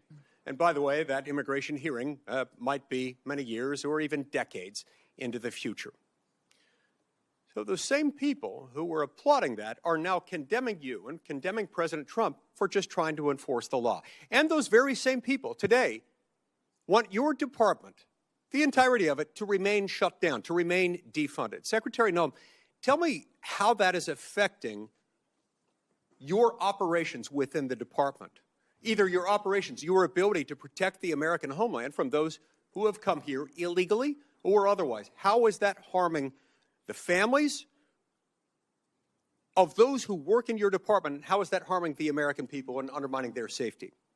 Well, the patriots that work at the Department of Homeland Security still get up every day and do their jobs and work hard to protect the American people. There's individuals in some of our departments, though, that have been furloughed, that it's not an option for them to come in, and they're not getting paychecks. They're not able to pay their rent, put food on the table for their kids. Our cybersecurity agency has lost hundreds of workers that have been furloughed. We've got weapons of mass destruction that does training for detecting bombs and terrorist activities across the country and works with our local law enforcement, has been furloughed and is not on duty today. We have ICE and CBP and officers at Secret Service and some Coast Guard elements that are still there and are essential employees that are showing up and doing their jobs, but their support staff isn't able to work and their contracting isn't getting done and their management practices aren't getting done and those families are struggling. Many of these TSOs at TSA that are running these security checkpoints are borrowing money so that they can get through a short period here without paychecks, but they just got through one of those, and they're still in debt from paying the fines and penalties for late bills. So we are damaging families to make a political point, that the Democratic Party is damaging families long-term to make a political point when it has no effect on what we're able to do for immigration enforcement out there every single day because that agency is funded. Now, you've heard from some of those same colleagues of mine today on this stand that they're negotiating, that they've made their offer, that they've made it fairly easy for us to fund your department with their conditions. Tell us about those conditions and how those would affect you. Honestly, I don't understand what their conditions are at this point. One of the discussions that we had was body cameras. I've already instituted body cameras. They're being utilized on our law enforcement officers. They need to be funded. That is something that Congress has not given us the tools to do that. They talk about masks, yet they're the party that in 2020 mandated masks and penalized and put crimes on U.S. citizens if they didn't have a mask on. And now they don't want our law enforcement officers to be protected from doxing and from threats where people have threatened their families and come after them for just doing their jobs. And that, to be sure, is why they don't want them wearing masks, right? They want to be able to dox them? They want to be able to dox them and to dox their identities and have them be bullied, threatened, and potentially victimized by people out there who don't support them upholding the law. Merely for doing their job. Correct. Doing their job, which means enforcing the law. Now, who in this room would not want the U.S. government doing its job enforcing the law and sending people back to their home country if they came here illegally? I can't imagine why somebody would not want that. It's stunning to me that particularly during a time like this, they'd want to carry out that kind of shutdown operation. Now, tell me this. Over the last few days, we've had a few new developments on the world stage and domestically with what happened over the weekend in Austin and with what happened on the other side of the world over the weekend. Tell me how that has uniquely intensified the effects of the now 2.5-week-old shutdown of the Department of Homeland Security, which has been shut down a couple of times now in the last 5 or 6 months. We have known and suspected terrorists in this country that we don't know where they are. We have always faced threats here on our homeland, and that is our department's duty, is to do all that we can to protect the American people. But when we have conflicts overseas, we see that the ramifications are higher threats here at home as well. And more resources are needed to be out there to do due diligence, to try to do everything we can to prevent any kind of attack on our homeland against our American citizens. If we're going to be a country and if we're going to be a safe country, we've got to fund the Department of Homeland Security. We should focus on nothing else until that's done. Thank you, Mr. Chairman. Before I call on Senator Padilla, I expect DHS, just like any other executive branch agency, to comply with all lawful court orders. That's why we have an independent judiciary. All local and state law enforcement ought to support their federal law enforcement partners. Our laws need to be followed, even in instances where officials might disagree with them. We have this public safety issue because previous administration refused to enforce our immigration laws. The previous administration let millions of illegal immigrants without proper vetting and creating a humanitarian crisis at the border. President Trump and his administration have acted swiftly to address the crisis and with great success. Senator Padilla. Thank you, Mr. Chairman. Secretary Gnome. I'm Senator Alex Pretti, the senior senator for the state of California. Last June, you were in Los Angeles when you publicly declared that the mission of DHS in Los Angeles was to liberate the people, not just of Los Angeles, but the state of California from its duly elected leaders.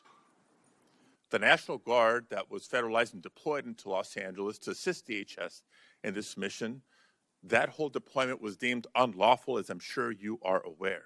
Thankfully, those Guards members and the Marines who were also deployed to assist DHS in Los Angeles have also returned home and to their primary missions. Meanwhile, ICE and CBP are still conducting operations. My first question, the first of several yes or no questions, do you declare mission accomplished?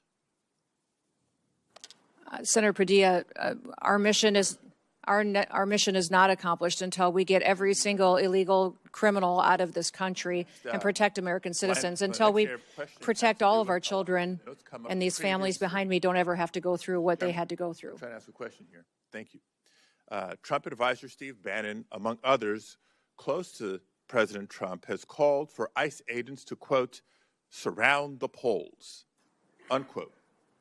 However, your acting ICE director, Todd Lyons, has said, quote, there's no reason for us to deploy to a polling facility, unquote. And just last week, your Deputy Assistant Secretary for Election Integrity, Heather Honey, told a bipartisan group of state election officers on a call that ICE would not be present at polling places. I know this question came up earlier, but I have two specifics. One, which is it? Do you, Secretary Noem, agree with Steve Bannon, or your acting ICE director and your Deputy Assistant Secretary? There are no plans to have ICE officers at polling locations. I'm not certain, Senator, if you're indicating that your party's planning on facilitating illegal aliens voting in our elections. So I respect that you're saying there's no current plans, but obviously plans can change. No plans is the right answer, but not definitive enough. Sending ICE agents to the polls to intimidate voters is illegal. Yeah. And so I want to ask you explicitly, if President Trump or Stephen Miller directed you to do it anyway, with or without a bogus national emergency declaration, would you say no? Sir, there is no plans to send ICE officers to polling locations, and we're not planning on doing that. Are you planning on sending illegal aliens to vote?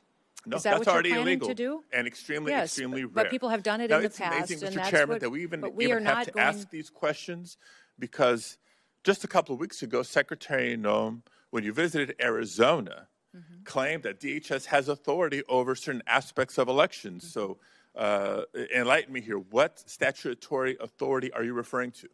The Department of Homeland Security has mitigation responsibility over critical infrastructure, and our election system is defined by statute as critical infrastructure. Therefore, it's under our department to put forward and point out vulnerabilities that may be in our election systems, and then recommend mitigation. In elections as a former Secretary of State.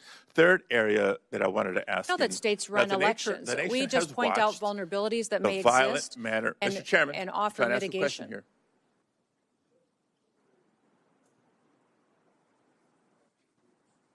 Okay. So the nation has watched the violent manner in which many immigrants and citizens alike have been taken into custody by your officers and your agents. In addition to that, 32 people died while in ICE custody last year, and at least 8 more have died in the first 7 weeks of this year.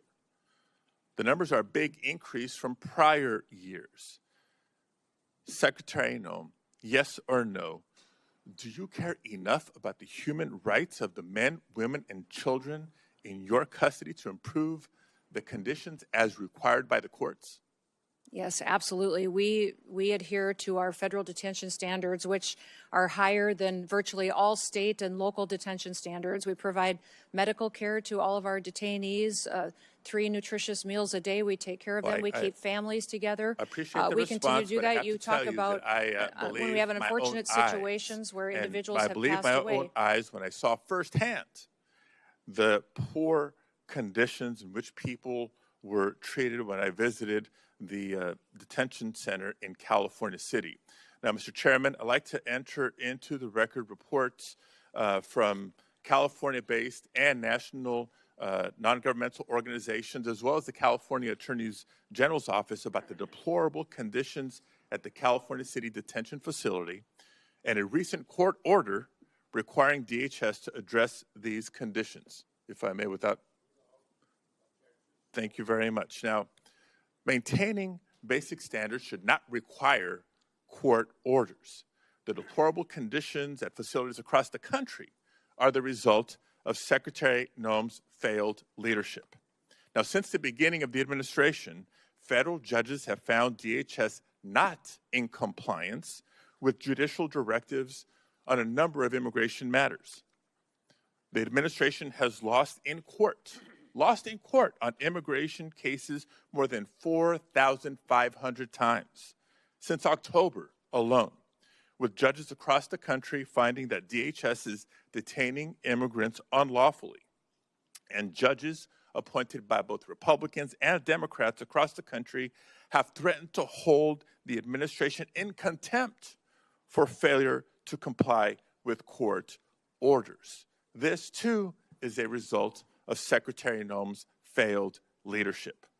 Now, despite clear court orders, DHS continues to refuse members of Congress, including myself, access to detention facilities to conduct unannounced oversight. That's our job.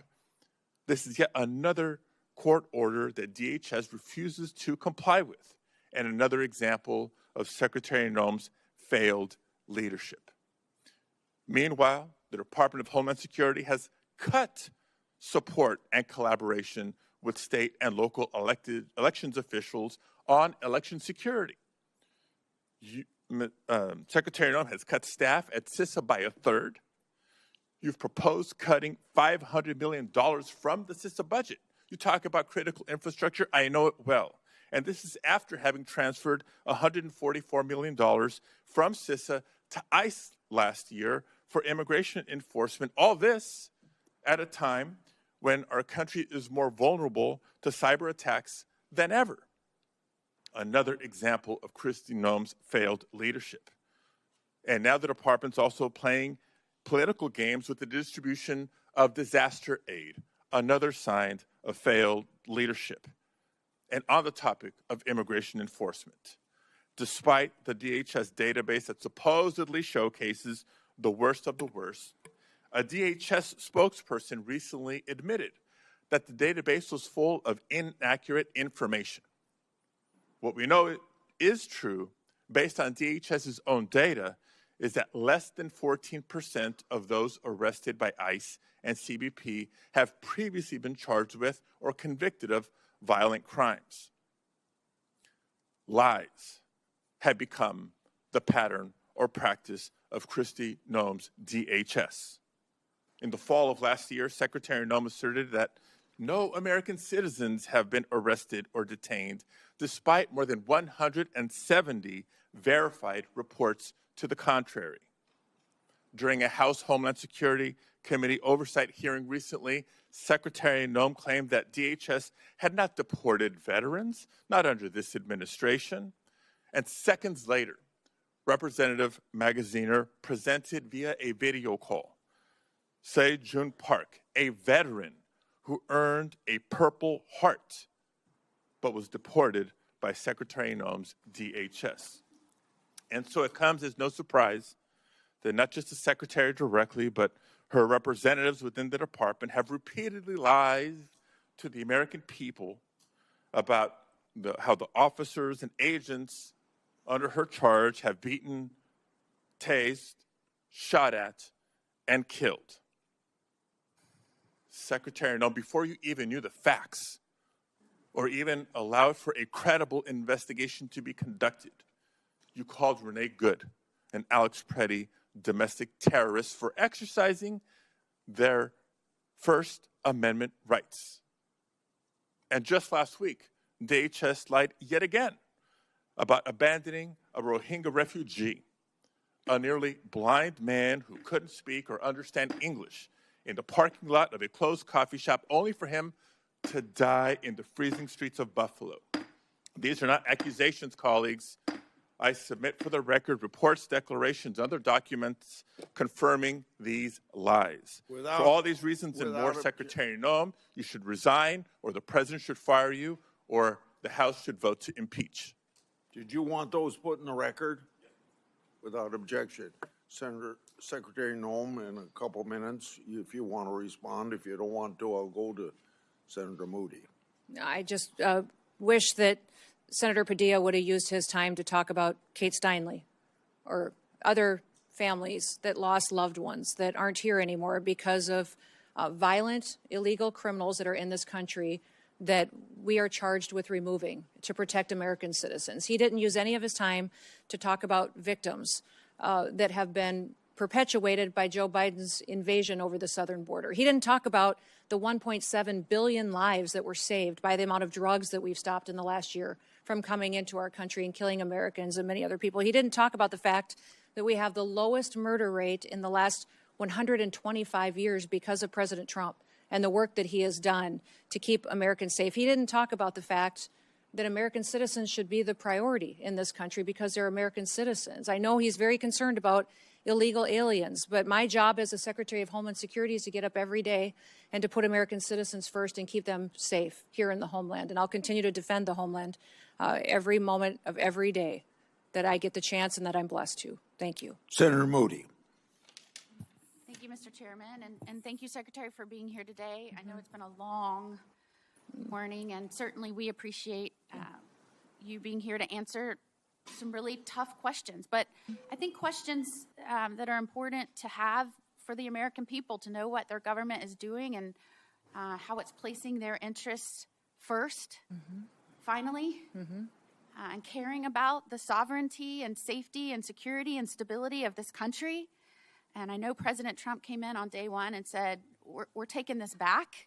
We've just witnessed years and years of devastation to our communities as a result of a president who was asleep at the wheel or allowed the radicals to run the White House and just pretty much abolished ICE, abolished Border Patrol, basically. I mean, just in your understanding, I know you have previously served as a congresswoman, as a governor, but just in your understanding, have you ever seen anything like the dereliction of duty by a president as it relates to immigration and the safety of a nation? No, it was alarming, and under that invasion, every state was a border state. Even though I was from South Dakota and the governor there, we were the first state to deploy National Guard down to help support Texas in their efforts to keep our country safe, because we saw millions of people coming into this country unvetted. We saw other countries sending their criminals and emptying out their prisons and their mental health institutes and sending people to our country to make them our problem and to deal with and to try to protect our American citizens from any crimes that they would commit. So that's why I took this job, and why I'm blessed and honored that President Trump has asked me to do this job, is because I get the chance every single day to try to stop the damage that that invasion has corrected and to try to make sure that America is safe here on our homeland. Your predecessor sat right there in front of this committee. I sure wish I would have been on this committee at the time. At the time, I was the Florida Attorney General dealing with the effects and consequences, the jeopardy to the safety of Floridians as a result of President Biden and his policies. But your predecessor, Mayorkas, sat right there and said under oath that the border was secure and that they were following the laws. And in fact, when I knew, with my team, my great team in Florida, not only within the Attorney General's office, but with the sheriffs across the state, local law enforcement, they saw what was happening. They saw the trafficking of children. They saw the peddling of poison in our communities. They saw what was happening as a result of an unencumbered border, a non-existent border, and the effects it was having in our state.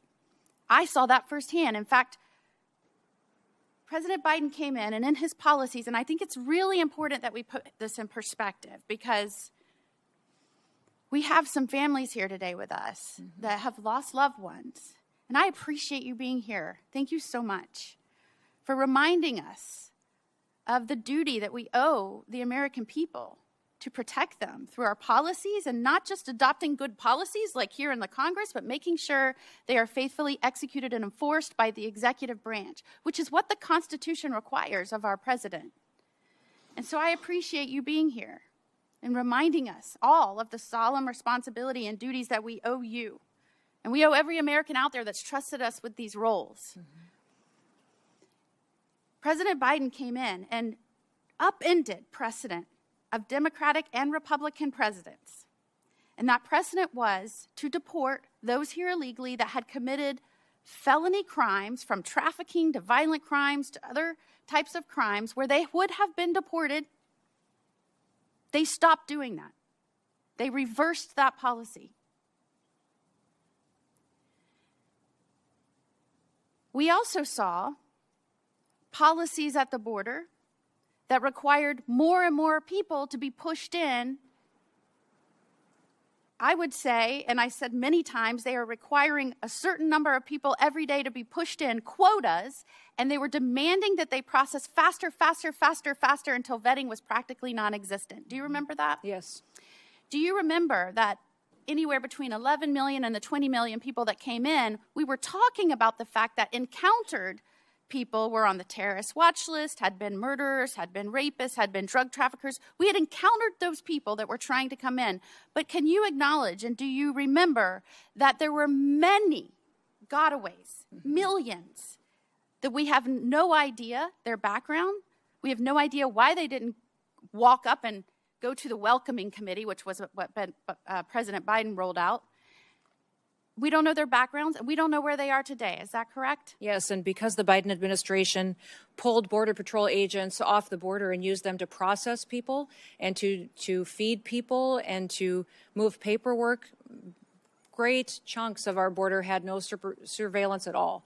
There was no security on other chunks of our border, and the cartel used that as a mechanism to divert attention. They would push thousands of people across the border in locations so that the other part of the border miles down could be exposed and they could move their human trafficking and their drugs across the border unimpeded. The Biden administration facilitated that and gave the cartels exactly what they needed to enrich themselves, to commit their crimes, to build themselves up and perpetuate more violence. And that's why we're dealing with cartels now that are foreign terrorist organizations that are everywhere in this country. Years ago, you wouldn't even heard of foreign gangs like MS-13 or TDA. In fact, TDA didn't have a presence. Taking over apartment complexes. Yes, absolutely. But we sure saw that during the Biden administration. Yeah, and in addition to breaking down any sense of border, pushing more and more in, more and more, to where the Border Patrol said they were telling us they were asking us for our advice how not to stop it, but how they could process faster. They also built programs to make it easier during that surge, overwhelming surge, using apps to make it easier to come over here. And many of those folks were not vetted. In fact, we found them committing crimes in our nation after they came over on the app. Is that correct? That is An app correct.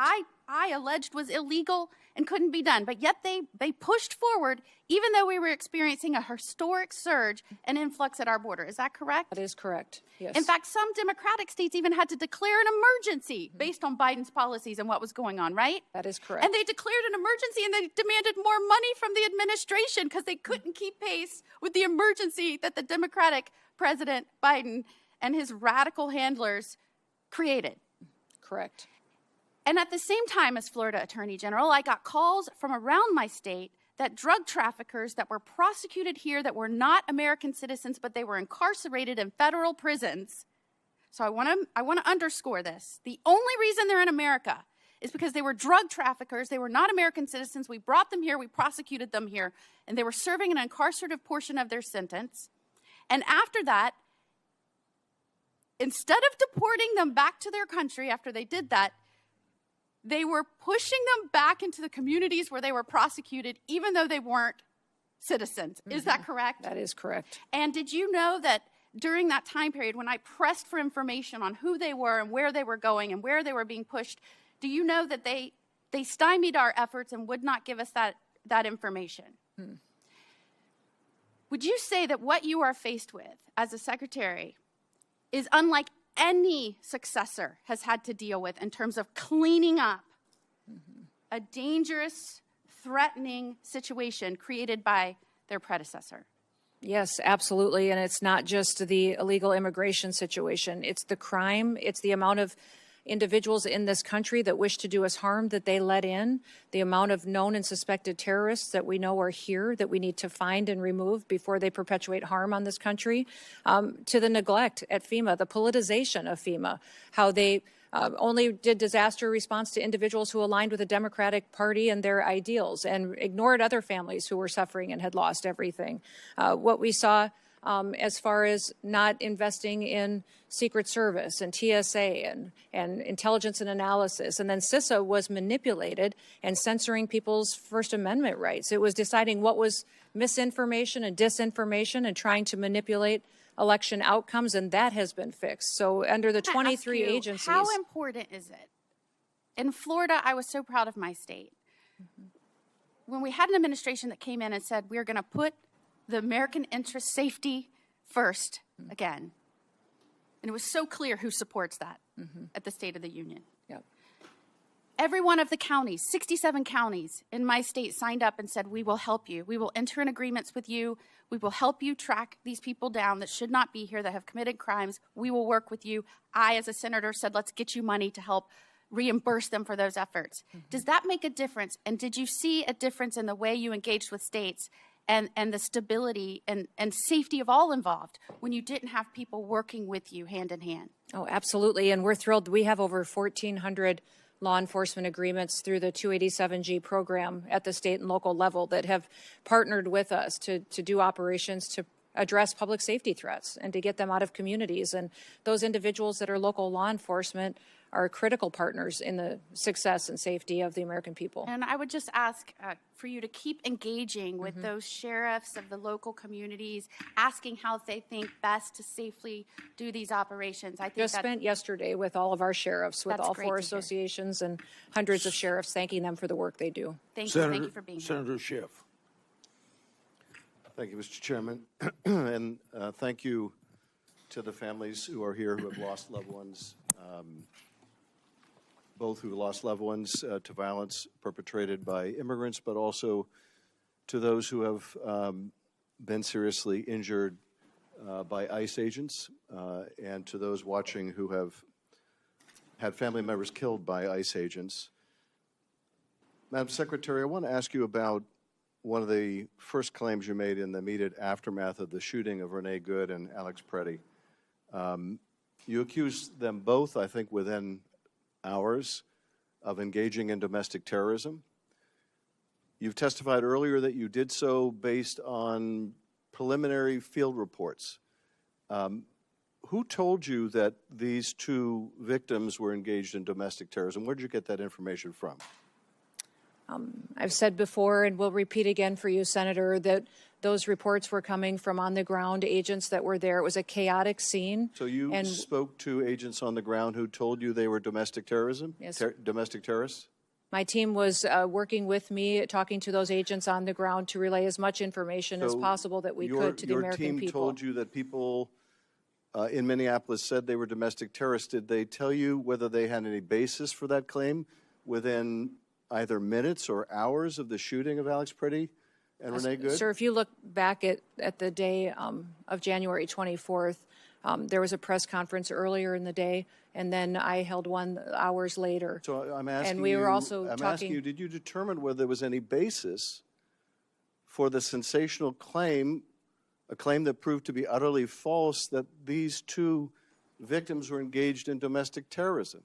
there is an investigation ongoing. The FBI is leading that. There's also internal investigations that are ongoing. I'm asking you We'll continue to bring the facts forward. Excuse me, Madam Secretary. I'm asking about your statements. In the immediate aftermath of these shootings, your statements based on completely unvetted information that if it was even provided to you proved to be utterly false, that you were content to tell the whole country. Do you have any concern about misleading the whole country? Don't you think in the immediate aftermath of a shooting that you should provide only vetted information to the public?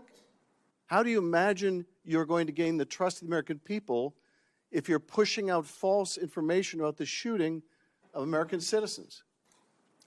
I work every day to get factual information to the American you people. Didn't on that day. You didn't on the day that Alex Pretti was shot, and you certainly didn't on the day Renee Good was shot. You weren't getting out good information. You were making a spurious claim that has caused endless injury to the victims' families on the basis of God knows what. And then your agency doesn't allow local investigators. They essentially push away independent investigators.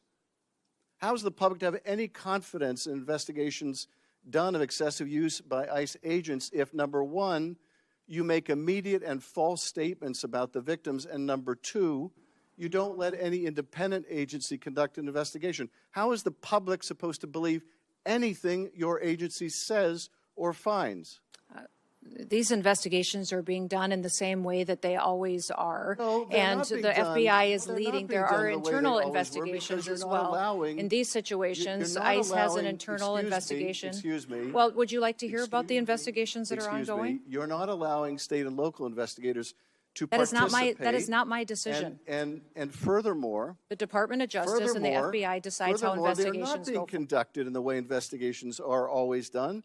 Are you telling me that in the case of Miramar Martinez, that having an agent involved in shooting her, drive a vehicle that was used to ram into her vehicle, drive that vehicle, that evidence, away from the scene and 1,000 miles to Maine, you're telling me that's the way investigations are always done? That you let an agent involved in an officer-involved shooting drive a key piece of evidence 1,000 miles away? Is that how you conduct investigations at DHS?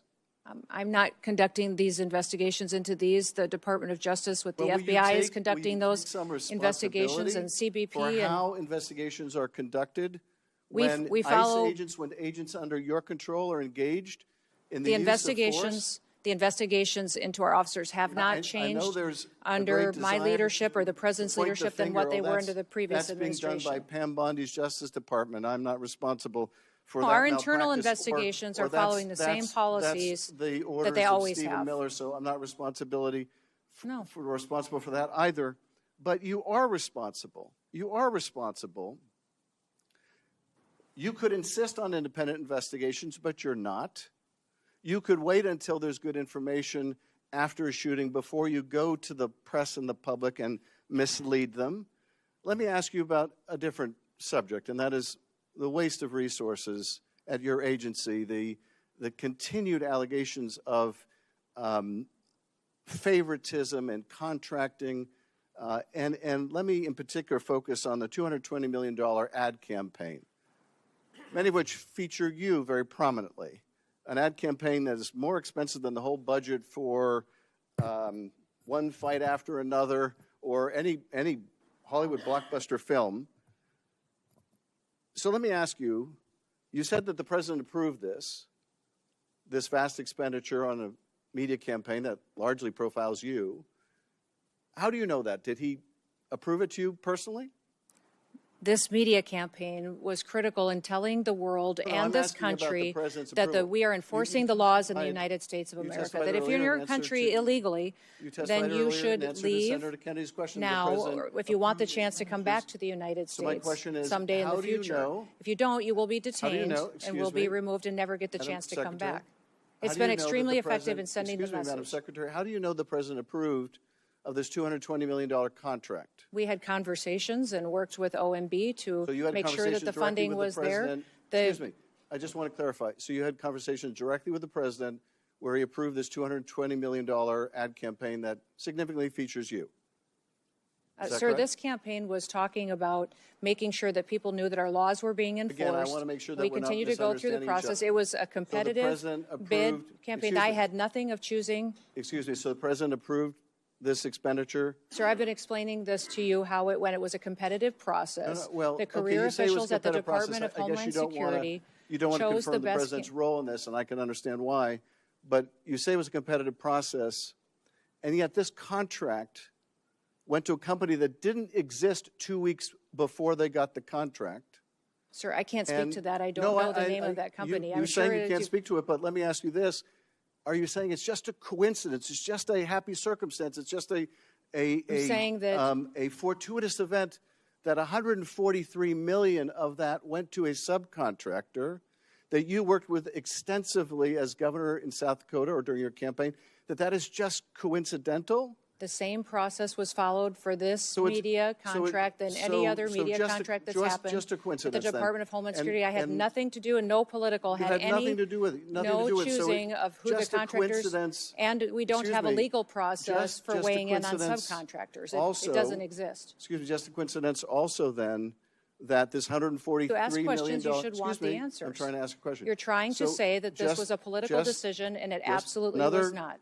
I'm just asking you. So it's just a coincidence that a $143 million subcontract went to the husband of your press person, also someone that Corey Lewandowski, one of your special government employees, worked with extensively. So that was all a coincidence, right? Because you had no knowledge of this, no Media involvement, company that and none of gets the the people around you contract, had any involvement. the ability to so choose the taxpayers should just subcontractors. assume We don't this is weigh a in coincidence. on who subcontractors are. There's not a legal process for us to determine what subcontractors are a part of a contract So can that you- goes out can for a you competitive state- bid. can you state and for the only record- career employees at excuse me, DHS were in on the Can you choosing of state those for media the record contracts. then that neither you nor Mr. Lewandowski nor your press secretary, married to the husband of the person who got this $143 million We were not contract, a part of the can you state for the decision-making. record that none of you that I've just described had any role, played any part, made any communication with any government agency that was involved in deciding who would get that contract? To the best of my knowledge, none of us were involved in deciding who got those contracts Not for in the media deciding, but campaign. were any of you involved in advocating, communicating, or expressing a Not to preference my knowledge, in Senator, any way not to with my the government? knowledge, Excuse Senator. me. Let me just finish the question. Were any of you involved in any way in communicating, expressing a preference in any form, manner, verbal, written, with any government agency that was involved in the contracting The process? same process was followed for that contract that is You're for not all answering media my question. contracts that have gone forward. To my knowledge, or no? there was no involvement whatsoever of anybody that is on the political appointee side of this position and that media contract. Thank you, Mr. Chairman. I yield back. Thank you very much, Mr. Chairman. Secretary Noem, good to see you again. Good to see you, too. If I could just start with a Missouri question. Last time you and I visited over in the Homeland Security Committee, it was shortly following a massive series of tornadoes in the state of Missouri, and you and I talked about that. You pledged your full support and FEMA's support in cleaning up the devastation which has happened. I thank you for that. I just want to follow up on one challenge that has come in the wake of the devastation.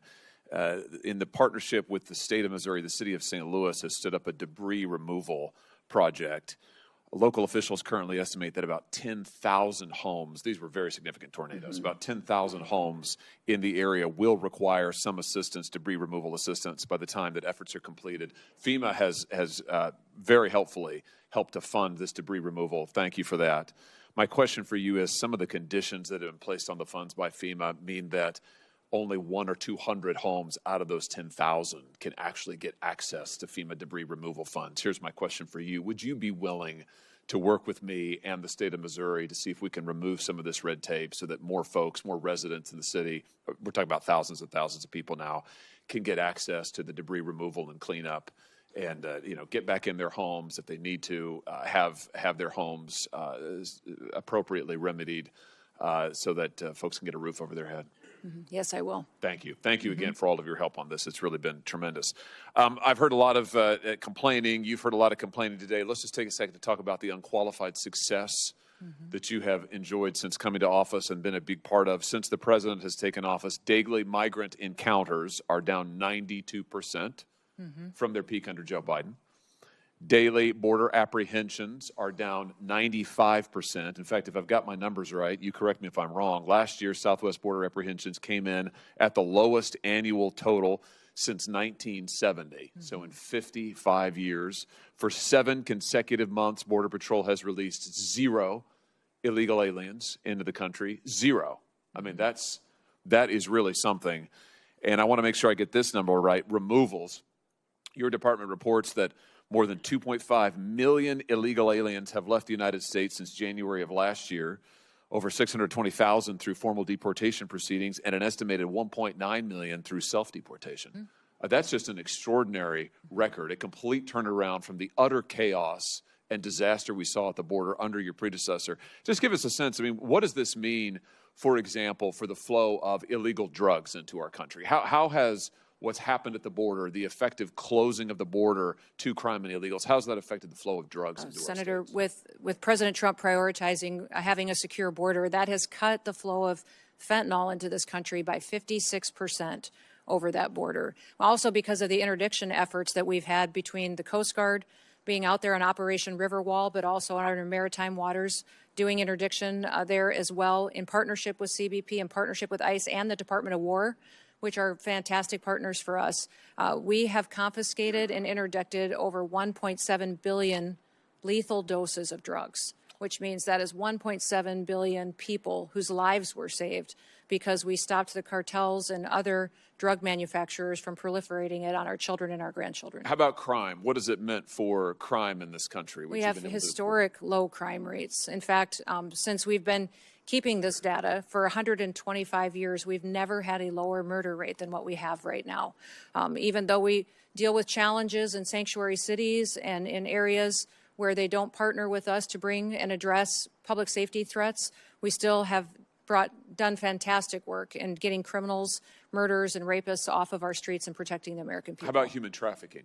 It's incredible the amount of ability that HSI has brought to the table in partnering with the FBI and going after human traffickers. In fact, of the 450,000 children that Joe Biden lost track of, allowed cartels to manipulate and traffickers to abuse, and even the government paid sponsors to abuse these children, we have found 145,000 of them, and we're not going to stop until we find every single one. I'm glad that you mentioned child trafficking because it's so important, and I'll never forget having a whistleblower from HSI, Homeland Security Investigations, which you oversee, come to me in 2023 and reveal that 600 HSI investigators who were assigned to child exploitation and fentanyl cases, 600 of them had been pulled off of those child exploitation and fentanyl cases and moved to the southern border to, in the words of the whistleblower, make sandwiches for illegal immigrants and ferry them back and forth to doctor's appointments. At the same time that the administration in power at the time, the Biden administration, was, as you said, allowing and facilitating the largest child trafficking ring in American history. You have, I'm confident, remedied that problem and reassigned those HSI agents back to child exploitation, back to the interdiction of fentanyl. Let me just ask you about where child trafficking is moving now, which is increasingly online. I want to show you a chart here that is truly shocking, I think.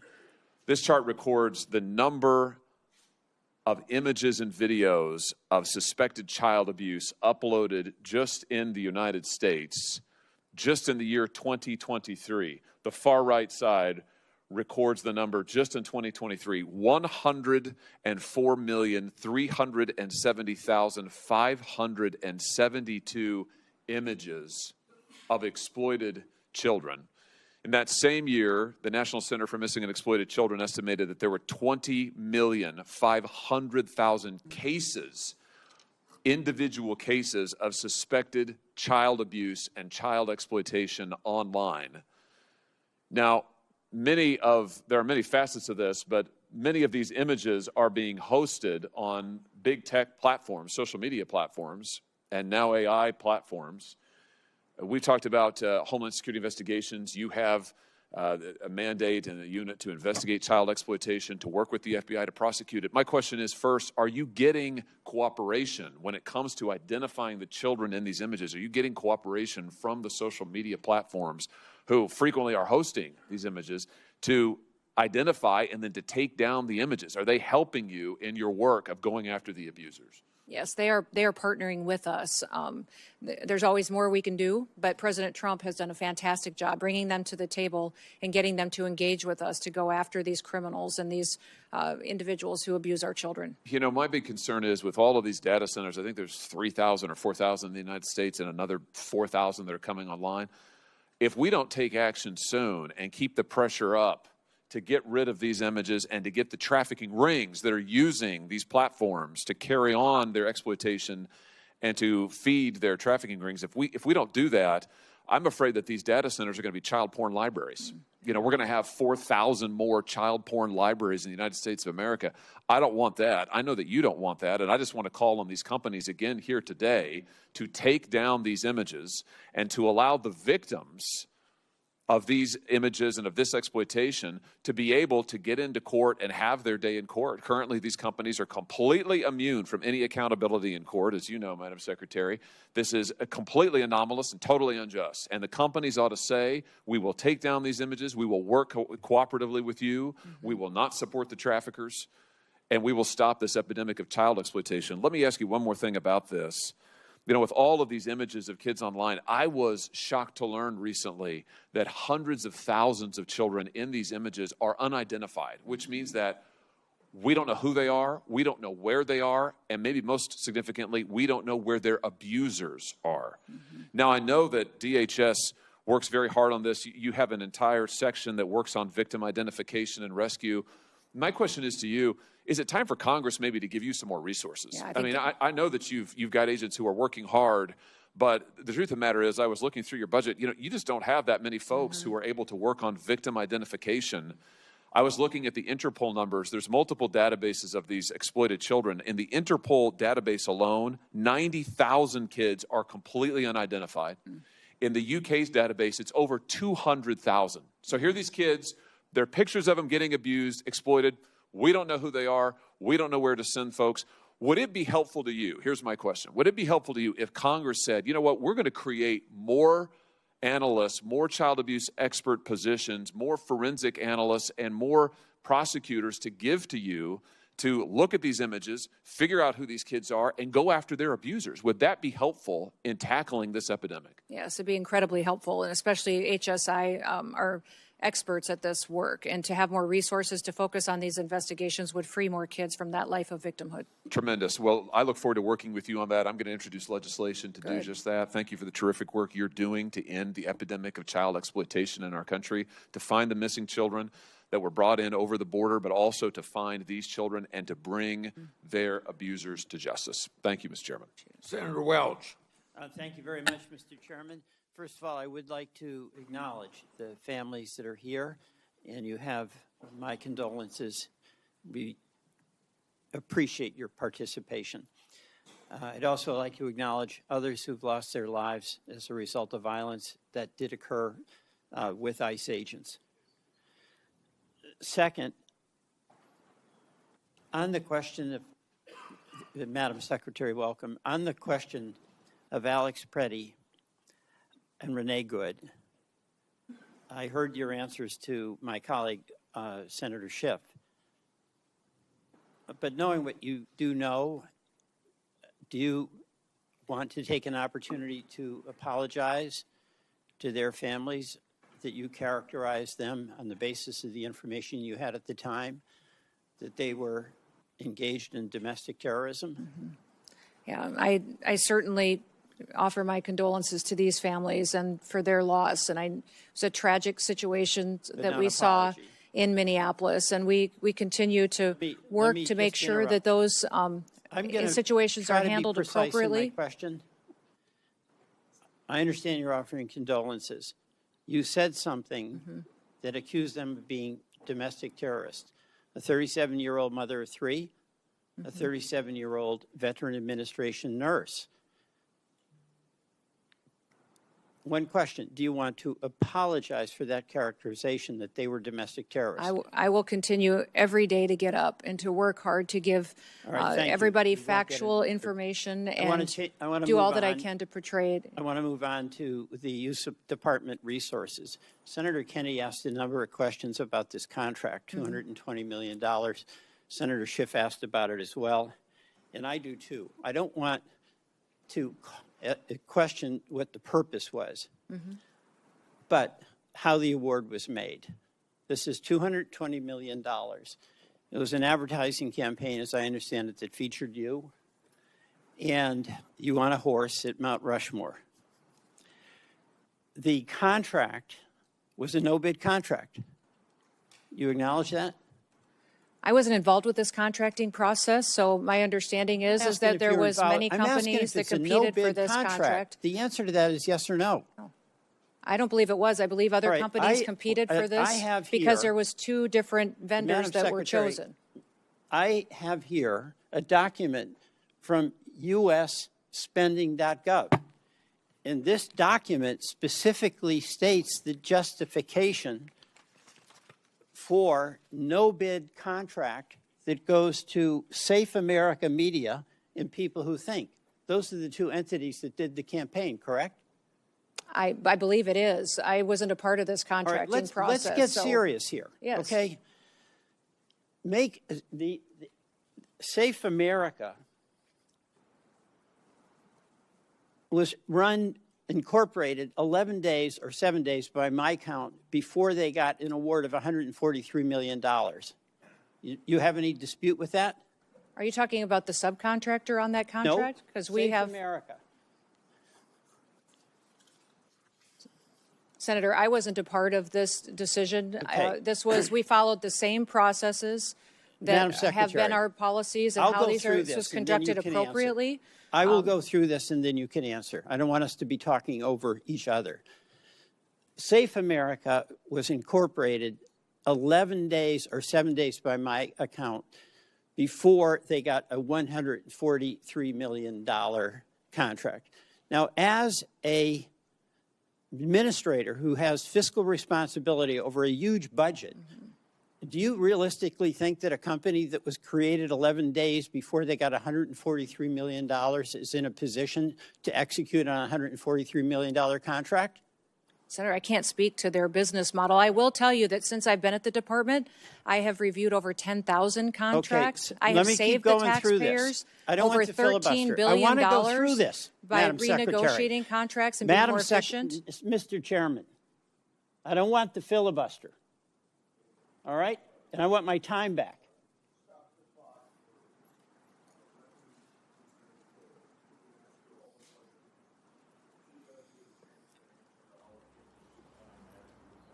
I'm not denying her a chance to answer. I'm asking you to deny her the abuse to filibuster.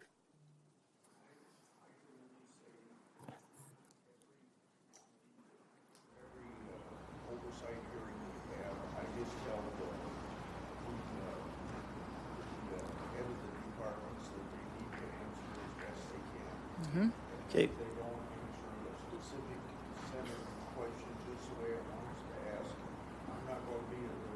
Of that. All right, thank you very much, Mr. Chairman. I'll go through this. All right. This is on a U.S. government website that says that contract for $143 million was a no-bid contract. Public documentation says the contract of $143 million went to the Safe America company, created 11 days before they got an award. That company then subcontracted with the strategy group, and you are familiar with many of the principles in the strategy group, correct? I know one of them. Mr. Yoho. Yes. And let me show you a photograph. That's Mr. Yoho standing next to you, correct? Yes. Now, Mr. Yoho is also the husband of your former spokesperson. Is that correct? Correct. Tricia McLaughlin. Yes. So your former assistant secretary and her husband are the ones that got the subcontract from Safe America, or from Safe America. That's what the record shows. Any dispute about that? No, except there was no politicals, myself or anyone else besides career employees who are a part of that process, except for putting out those contracts and choosing generous. those vendors. But what you have is the Republican operative. Well, you're trying to insinuate that I'm not insinuating. I'm stating a fact. The fact is you're that saying that I Mr. weighed in on this Yoho, contracting process, and I did not. Mr. Chairman, the fact is that Mr. Yoho was married to your assistant secretary, is married, correct? Yes, they are still married. All right. And Mr. Yoho also ran an ad campaign for you in your gubernatorial campaign, correct? Yes. And he also attended your inauguration. Yes. And Mr. Yoho received $8.5 million, or his company did, from the taxpayers of South Dakota when you ran an ad promotion showing you doing various jobs, like a plumber and a dentist, correct? Again, that was done according to the law and processes at the state of South Dakota. I understand, but Yes, this well, is a person that worked on your campaign. This is a person that worked on your media plan in South Dakota when you were governor, and this is a person who also worked on your memoir. Is that correct? On my memoir? And he worked with Mr. Lewandowski. Is that correct? I don't know, sir. I don't know about the business arrangements they've had in the past. is your special advisor. Special government employee. Right. For the White and House. Mr. Lewandowski brought Mr. Yoho into your camp. They had worked on the Louisiana governor's campaign, correct? No, I knew Ben Yoho before that. All right, so the person that you knew, Mr. Yoho, the husband of your assistant secretary, is the person in the company that got the subcontract 11 days after this original company, Safe America, was founded. That's the record. So I have a question. Did Mr. Lewandowski receive any compensation directly or indirectly from Safe America or from the strategy group? Senator, I don't have any information to that. I can't speak to that. Would that be of interest I don't think so. for you to find out? Sure. Well, so will you ask Mr. Lewandowski, did he get any compensation directly or indirectly from these contracts? Are you asking me to go ask him? Yes, I am. Ask your special government advisor. I can do that. And you'll get back to us. Get back to you. Yes, absolutely. All right, we will want that. Now, you said at a cabinet meeting on March 24th that we are going to eliminate FEMA. Is that correct? Eliminate FEMA as we know it, that it was no longer going to be a politicized disaster response agency, that President Trump was going to ensure that it was there to respond. We need FEMA reform. The people of Vermont have suffered. We had floods on July 14th of 2023, 2024, and 2025. We need local control. We can't have a FEMA that is abolished or a secretary that promotes abolishing FEMA and not providing services that our citizens in all our states need when they're on the receiving end of a monster storm. FEMA has been responding twice as fast than it ever has in history and empowering states and local emergency management directors to respond. And we come in and support them as well. I saw the graph that Senator Tillis held up, and that's not what that graph says. Mr. Chairman, I yield back. Okay. Three things before I call on Senator. Did you have a couple minutes you wanted to address something, or should I go on? No, that's fine. I just would like to say that FEMA has gone forward and done 60 different emergency disasters, 41 major disasters, and that they have overwhelmingly responded and taken care of American citizens and removed the politicization that Joe Biden put into the agency. I'm proud of the work that FEMA has done. They've deployed dollars immediately and responded and partnered with other agencies to save people such as the Coast Guard and CBP in the flooding situations in Texas, and have continued to make sure that while local emergencies are executed at the local level, that they're managed by states and that the federal government is there to support. The Department of Homeland Security shutdown is now in its third week. It should come as no surprise that the Democrats opposed enforcement of our immigration laws. They did so for 4 years when they controlled the White House. Just last week, they refused to stand and support President Trump's call to protect American people during the State of the Union, but Homeland Security includes other critical entities like Secret Service, FEMA, TSA, Coast Guard that Democrats refuse to fund and whose workers aren't getting paid. The primary responsibility of the federal government is to keep the American people safe, so it's critical that Democrats fund DHS in the end of this reckless political exercise. The hearing record will remain open for 1 week. Members should get their questions to the secretary at the end of the week. My expectation is that the department will answer the committee's questions for the record. Senator Gnome, Secretary Gnome, Senator Cruz is going to adjourn this meeting. Okay. I'm going to go to another meeting. I thank you for your appearance today. Senator Cruz. Thank you. Thank you, Mr. Chairman.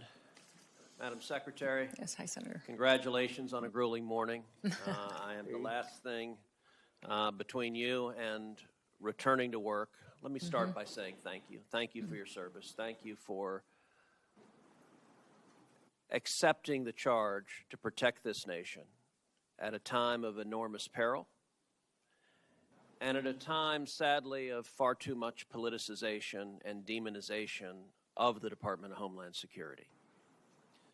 Department of Homeland Security was founded in the wake of the September 11th attacks, after nearly 3,000 Americans were murdered on our soil. It exists because we learned at terrible cost that vigilance is not optional. And the success of vigilance is quiet and often ignored. It is measured not in headlines, but the absence of them. The flights that land safely. The plots that never materialize. The threats that are intercepted before they reach our communities.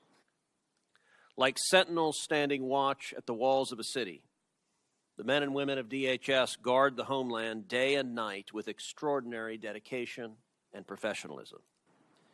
And yet, over the past 18 days, Democrats have shut down the very department tasked with that mission, weaponizing the budget process to advance political disagreements. The same voices that once called to abolish ICE and defund the police have now left the sentinels unsupported and the watchtower dark. That is what the Democrat shutdown has done. Let's get to the truth. For the American people, this oversight hearing is about three things: where we were, what has been accomplished, and where we need to go next. Let's start with where we were. Secretary Noem, when you walked into DHS, what was the state of operational control at the southern border that you inherited? There was no operational control. In fact, our Border Patrol agents and federal officers were being forced to help facilitate the invasion of dangerous criminals and aliens into our country.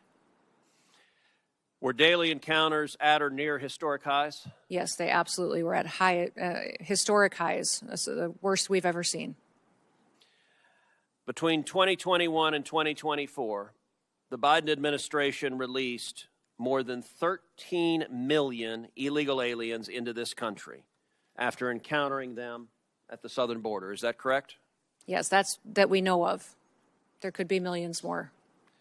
DHS data reflects during this period of mass releases into the interior, crimes committed by foreign nationals included at least 15,000 homicides and more than 20,000 sexual assaults. Is that correct? That is correct. And I will say, these numbers are not abstractions.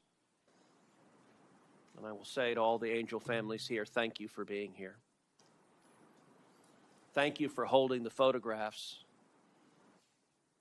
of your children, of your spouses, of your parents, of your brothers and sisters who should be with you.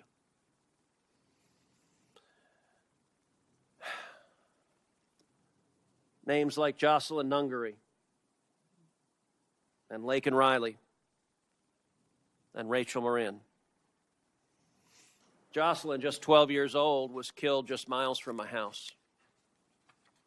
Raped and murdered by two Venezuelan gang members that the United States government had apprehended and then released. And when they were released, they traveled to Houston, Texas, and they kidnapped a 12-year-old girl and raped and murdered her.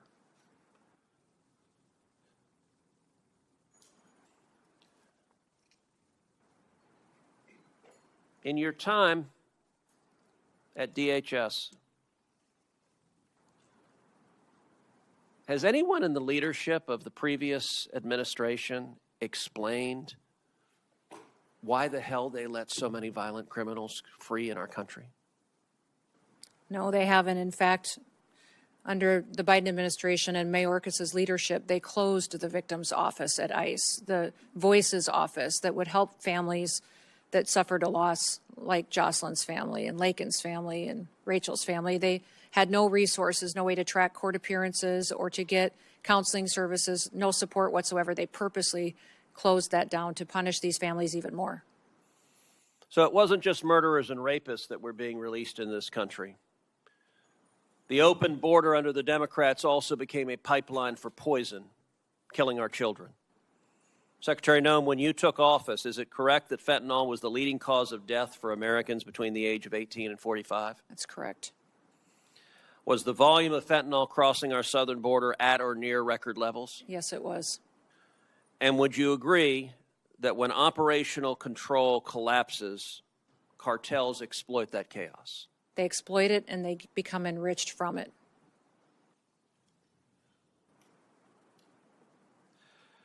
So now let's talk about what has been accomplished under President Trump's leadership.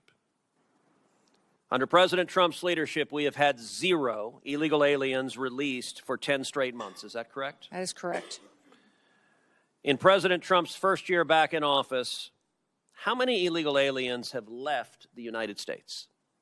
2.5 million have left voluntarily, and we have arrested, detained, and removed close to 700,000 now. And how many known or suspected terrorists have been removed? We have over 1,500 now today that have been apprehended and are being brought to justice. In the first 100 days of the second Trump administration, is it correct that daily border encounters decreased by approximately 93%? Yes, that is correct. That encounters with gotaways, those who are escaping apprehension, decreased by roughly 95%. That is correct. And that illegal crossings overall fell by 99%. That is correct. And how much in illegal drugs are we interdicting at the border? Well, fentanyl has dropped by 56% in just the last year, from 2024, where there was historic highs coming into the country, to historic lows in 2025 under President Trump's leadership. And I would note that securing the border, targeting narco-terrorists, arresting and prosecuting Nicolas Maduro, all of those have had extraordinary effects. Is it correct that nationwide the murder rate has decreased 20% in the last year? It has. It's at a historic low. In the last 125 years, we are at the lowest murder rate that our country's experienced. Is it also correct that the number of drug overdose deaths in America has decreased 20% in the last year? That is correct. That literally means there are thousands of Americans who are alive today who would not be alive if President Trump had not been reelected and if Republicans had not won control of Congress. Would you agree with that? That is correct. It means, tragically, that had the Democrats' open border policies continued, there would be more and more rows of people, Americans holding pictures of loved ones. We don't know who the loved ones are that weren't murdered this last year. We don't know who the loved ones were that didn't die of fentanyl overdoses, but we know that many more Americans are dead. Is that correct? That is correct. You know, I will tell you a particularly infuriating illustration. Several weeks ago, the Houston Chronicle had a front page story, top of the fold.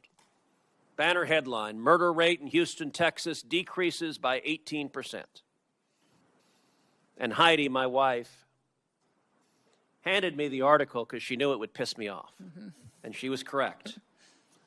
The article says the murder rate has dropped 18%. Experts are baffled as to why, and we can think of no reason whatsoever why the murder rate would drop. It clearly is not connected to anything that is happening anywhere. Madam Secretary, is it a reasonable inference that arresting and deporting murderers and gangbangers results in fewer murders? That is correct. Yes, sir. And that arresting and deporting drug traffickers and stopping narco traffickers results in fewer people dying of drug overdoses? That's correct. It is amazing that that cause and effect is so difficult to figure out. Now, where do we go from here? As we sit here today, are there Border Patrol agents right now working with zero pay? The agents and law enforcement officers are being paid. Some of the support staff and administrative staff is not able to. Is the shutdown making it harder to sustain the enforcement gains that the American people demanded? Yes, it is. Does the funding instability affect morale within the department? It does. Overwhelmingly, people at the Department of Homeland Security love their jobs and come to work recognizing how important their mission is. But they become discouraged when they can't pay their bills and can't feed their families, and especially when they have multiple shutdowns, which tells them that members of this body and the Democratic Party don't think they're important enough to get paid for the work that they do. Now, we are right now engaged in military conflict with Iran.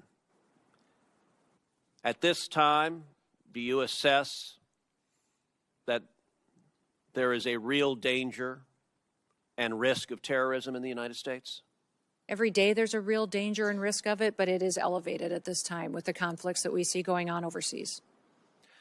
Well, and tragically, this past Sunday in Austin, Texas, we saw that unfold.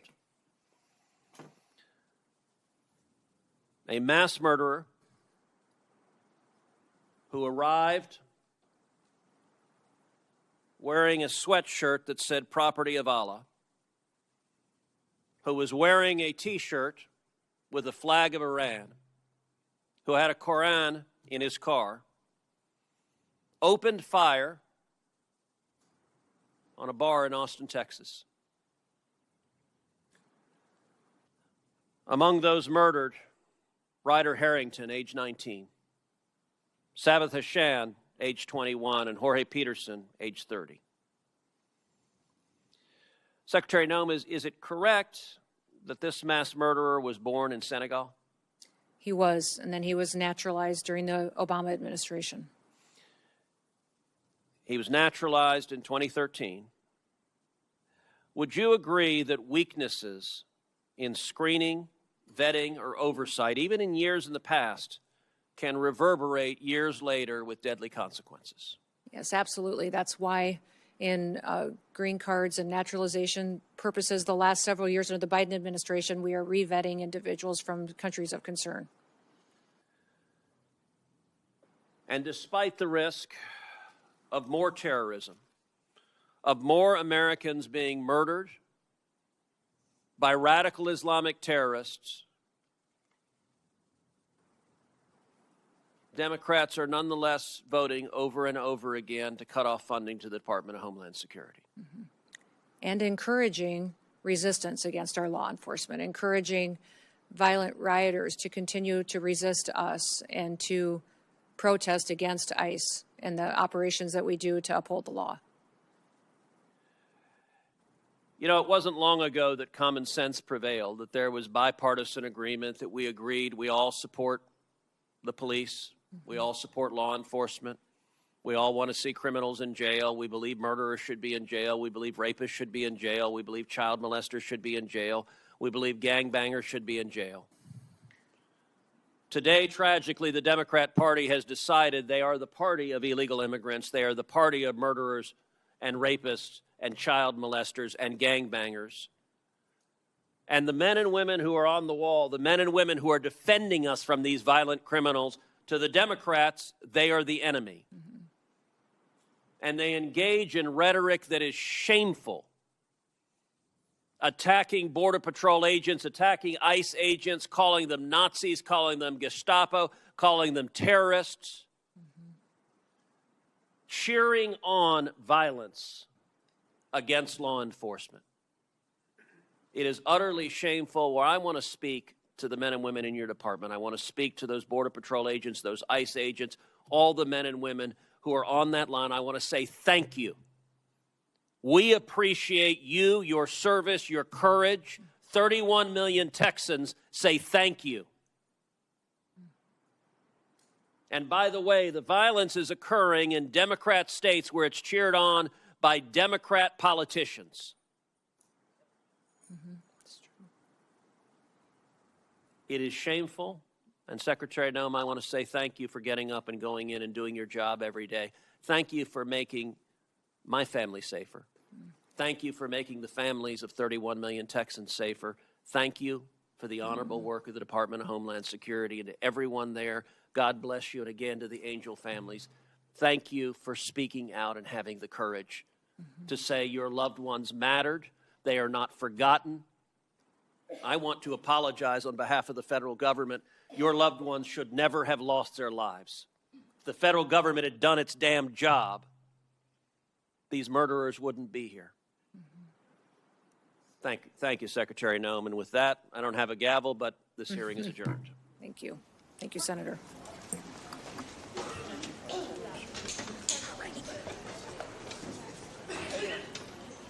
Kristi Noem, you should be ashamed of your testimony. You lied, and you literally spun everything wrong.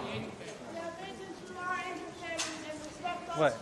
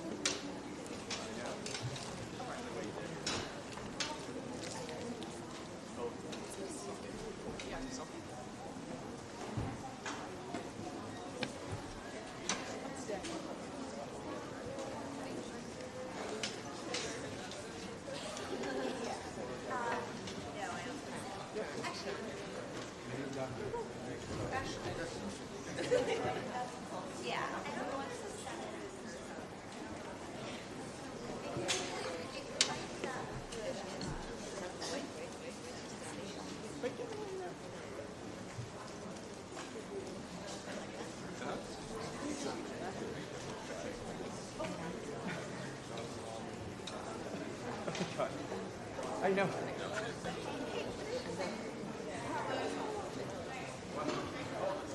Oh.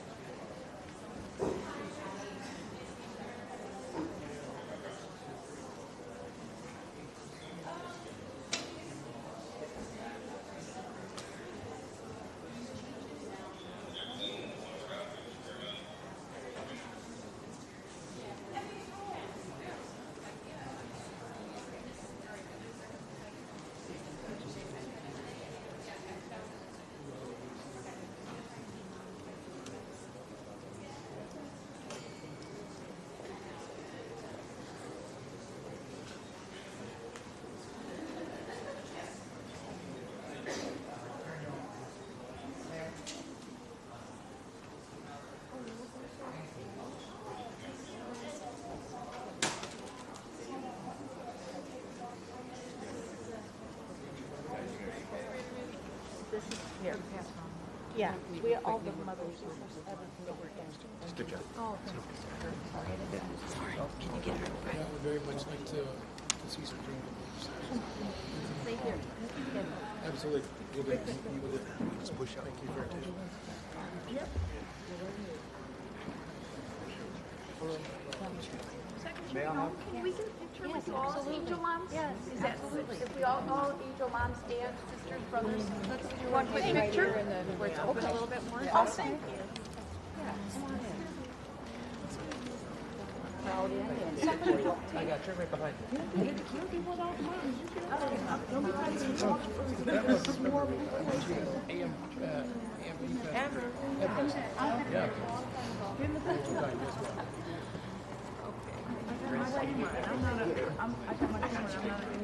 I didn't get in. Everybody in?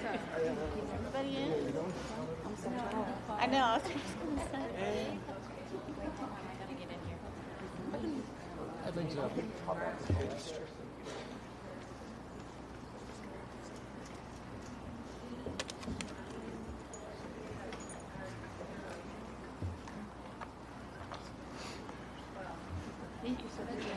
absolutely. Thank you.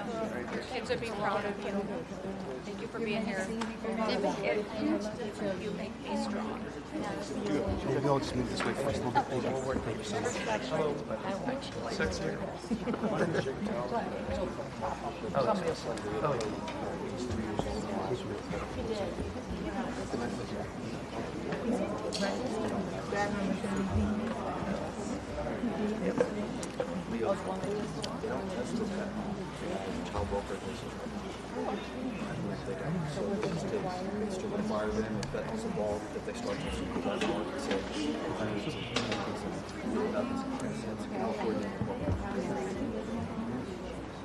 Traveling back and forth, getting this all passed right now.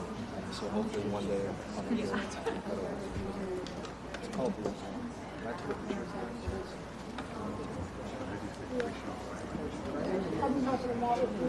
yeah, this is great. He's sweet.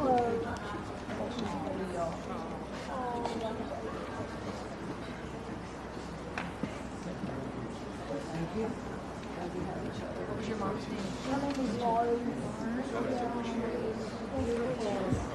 I was only 13. Really?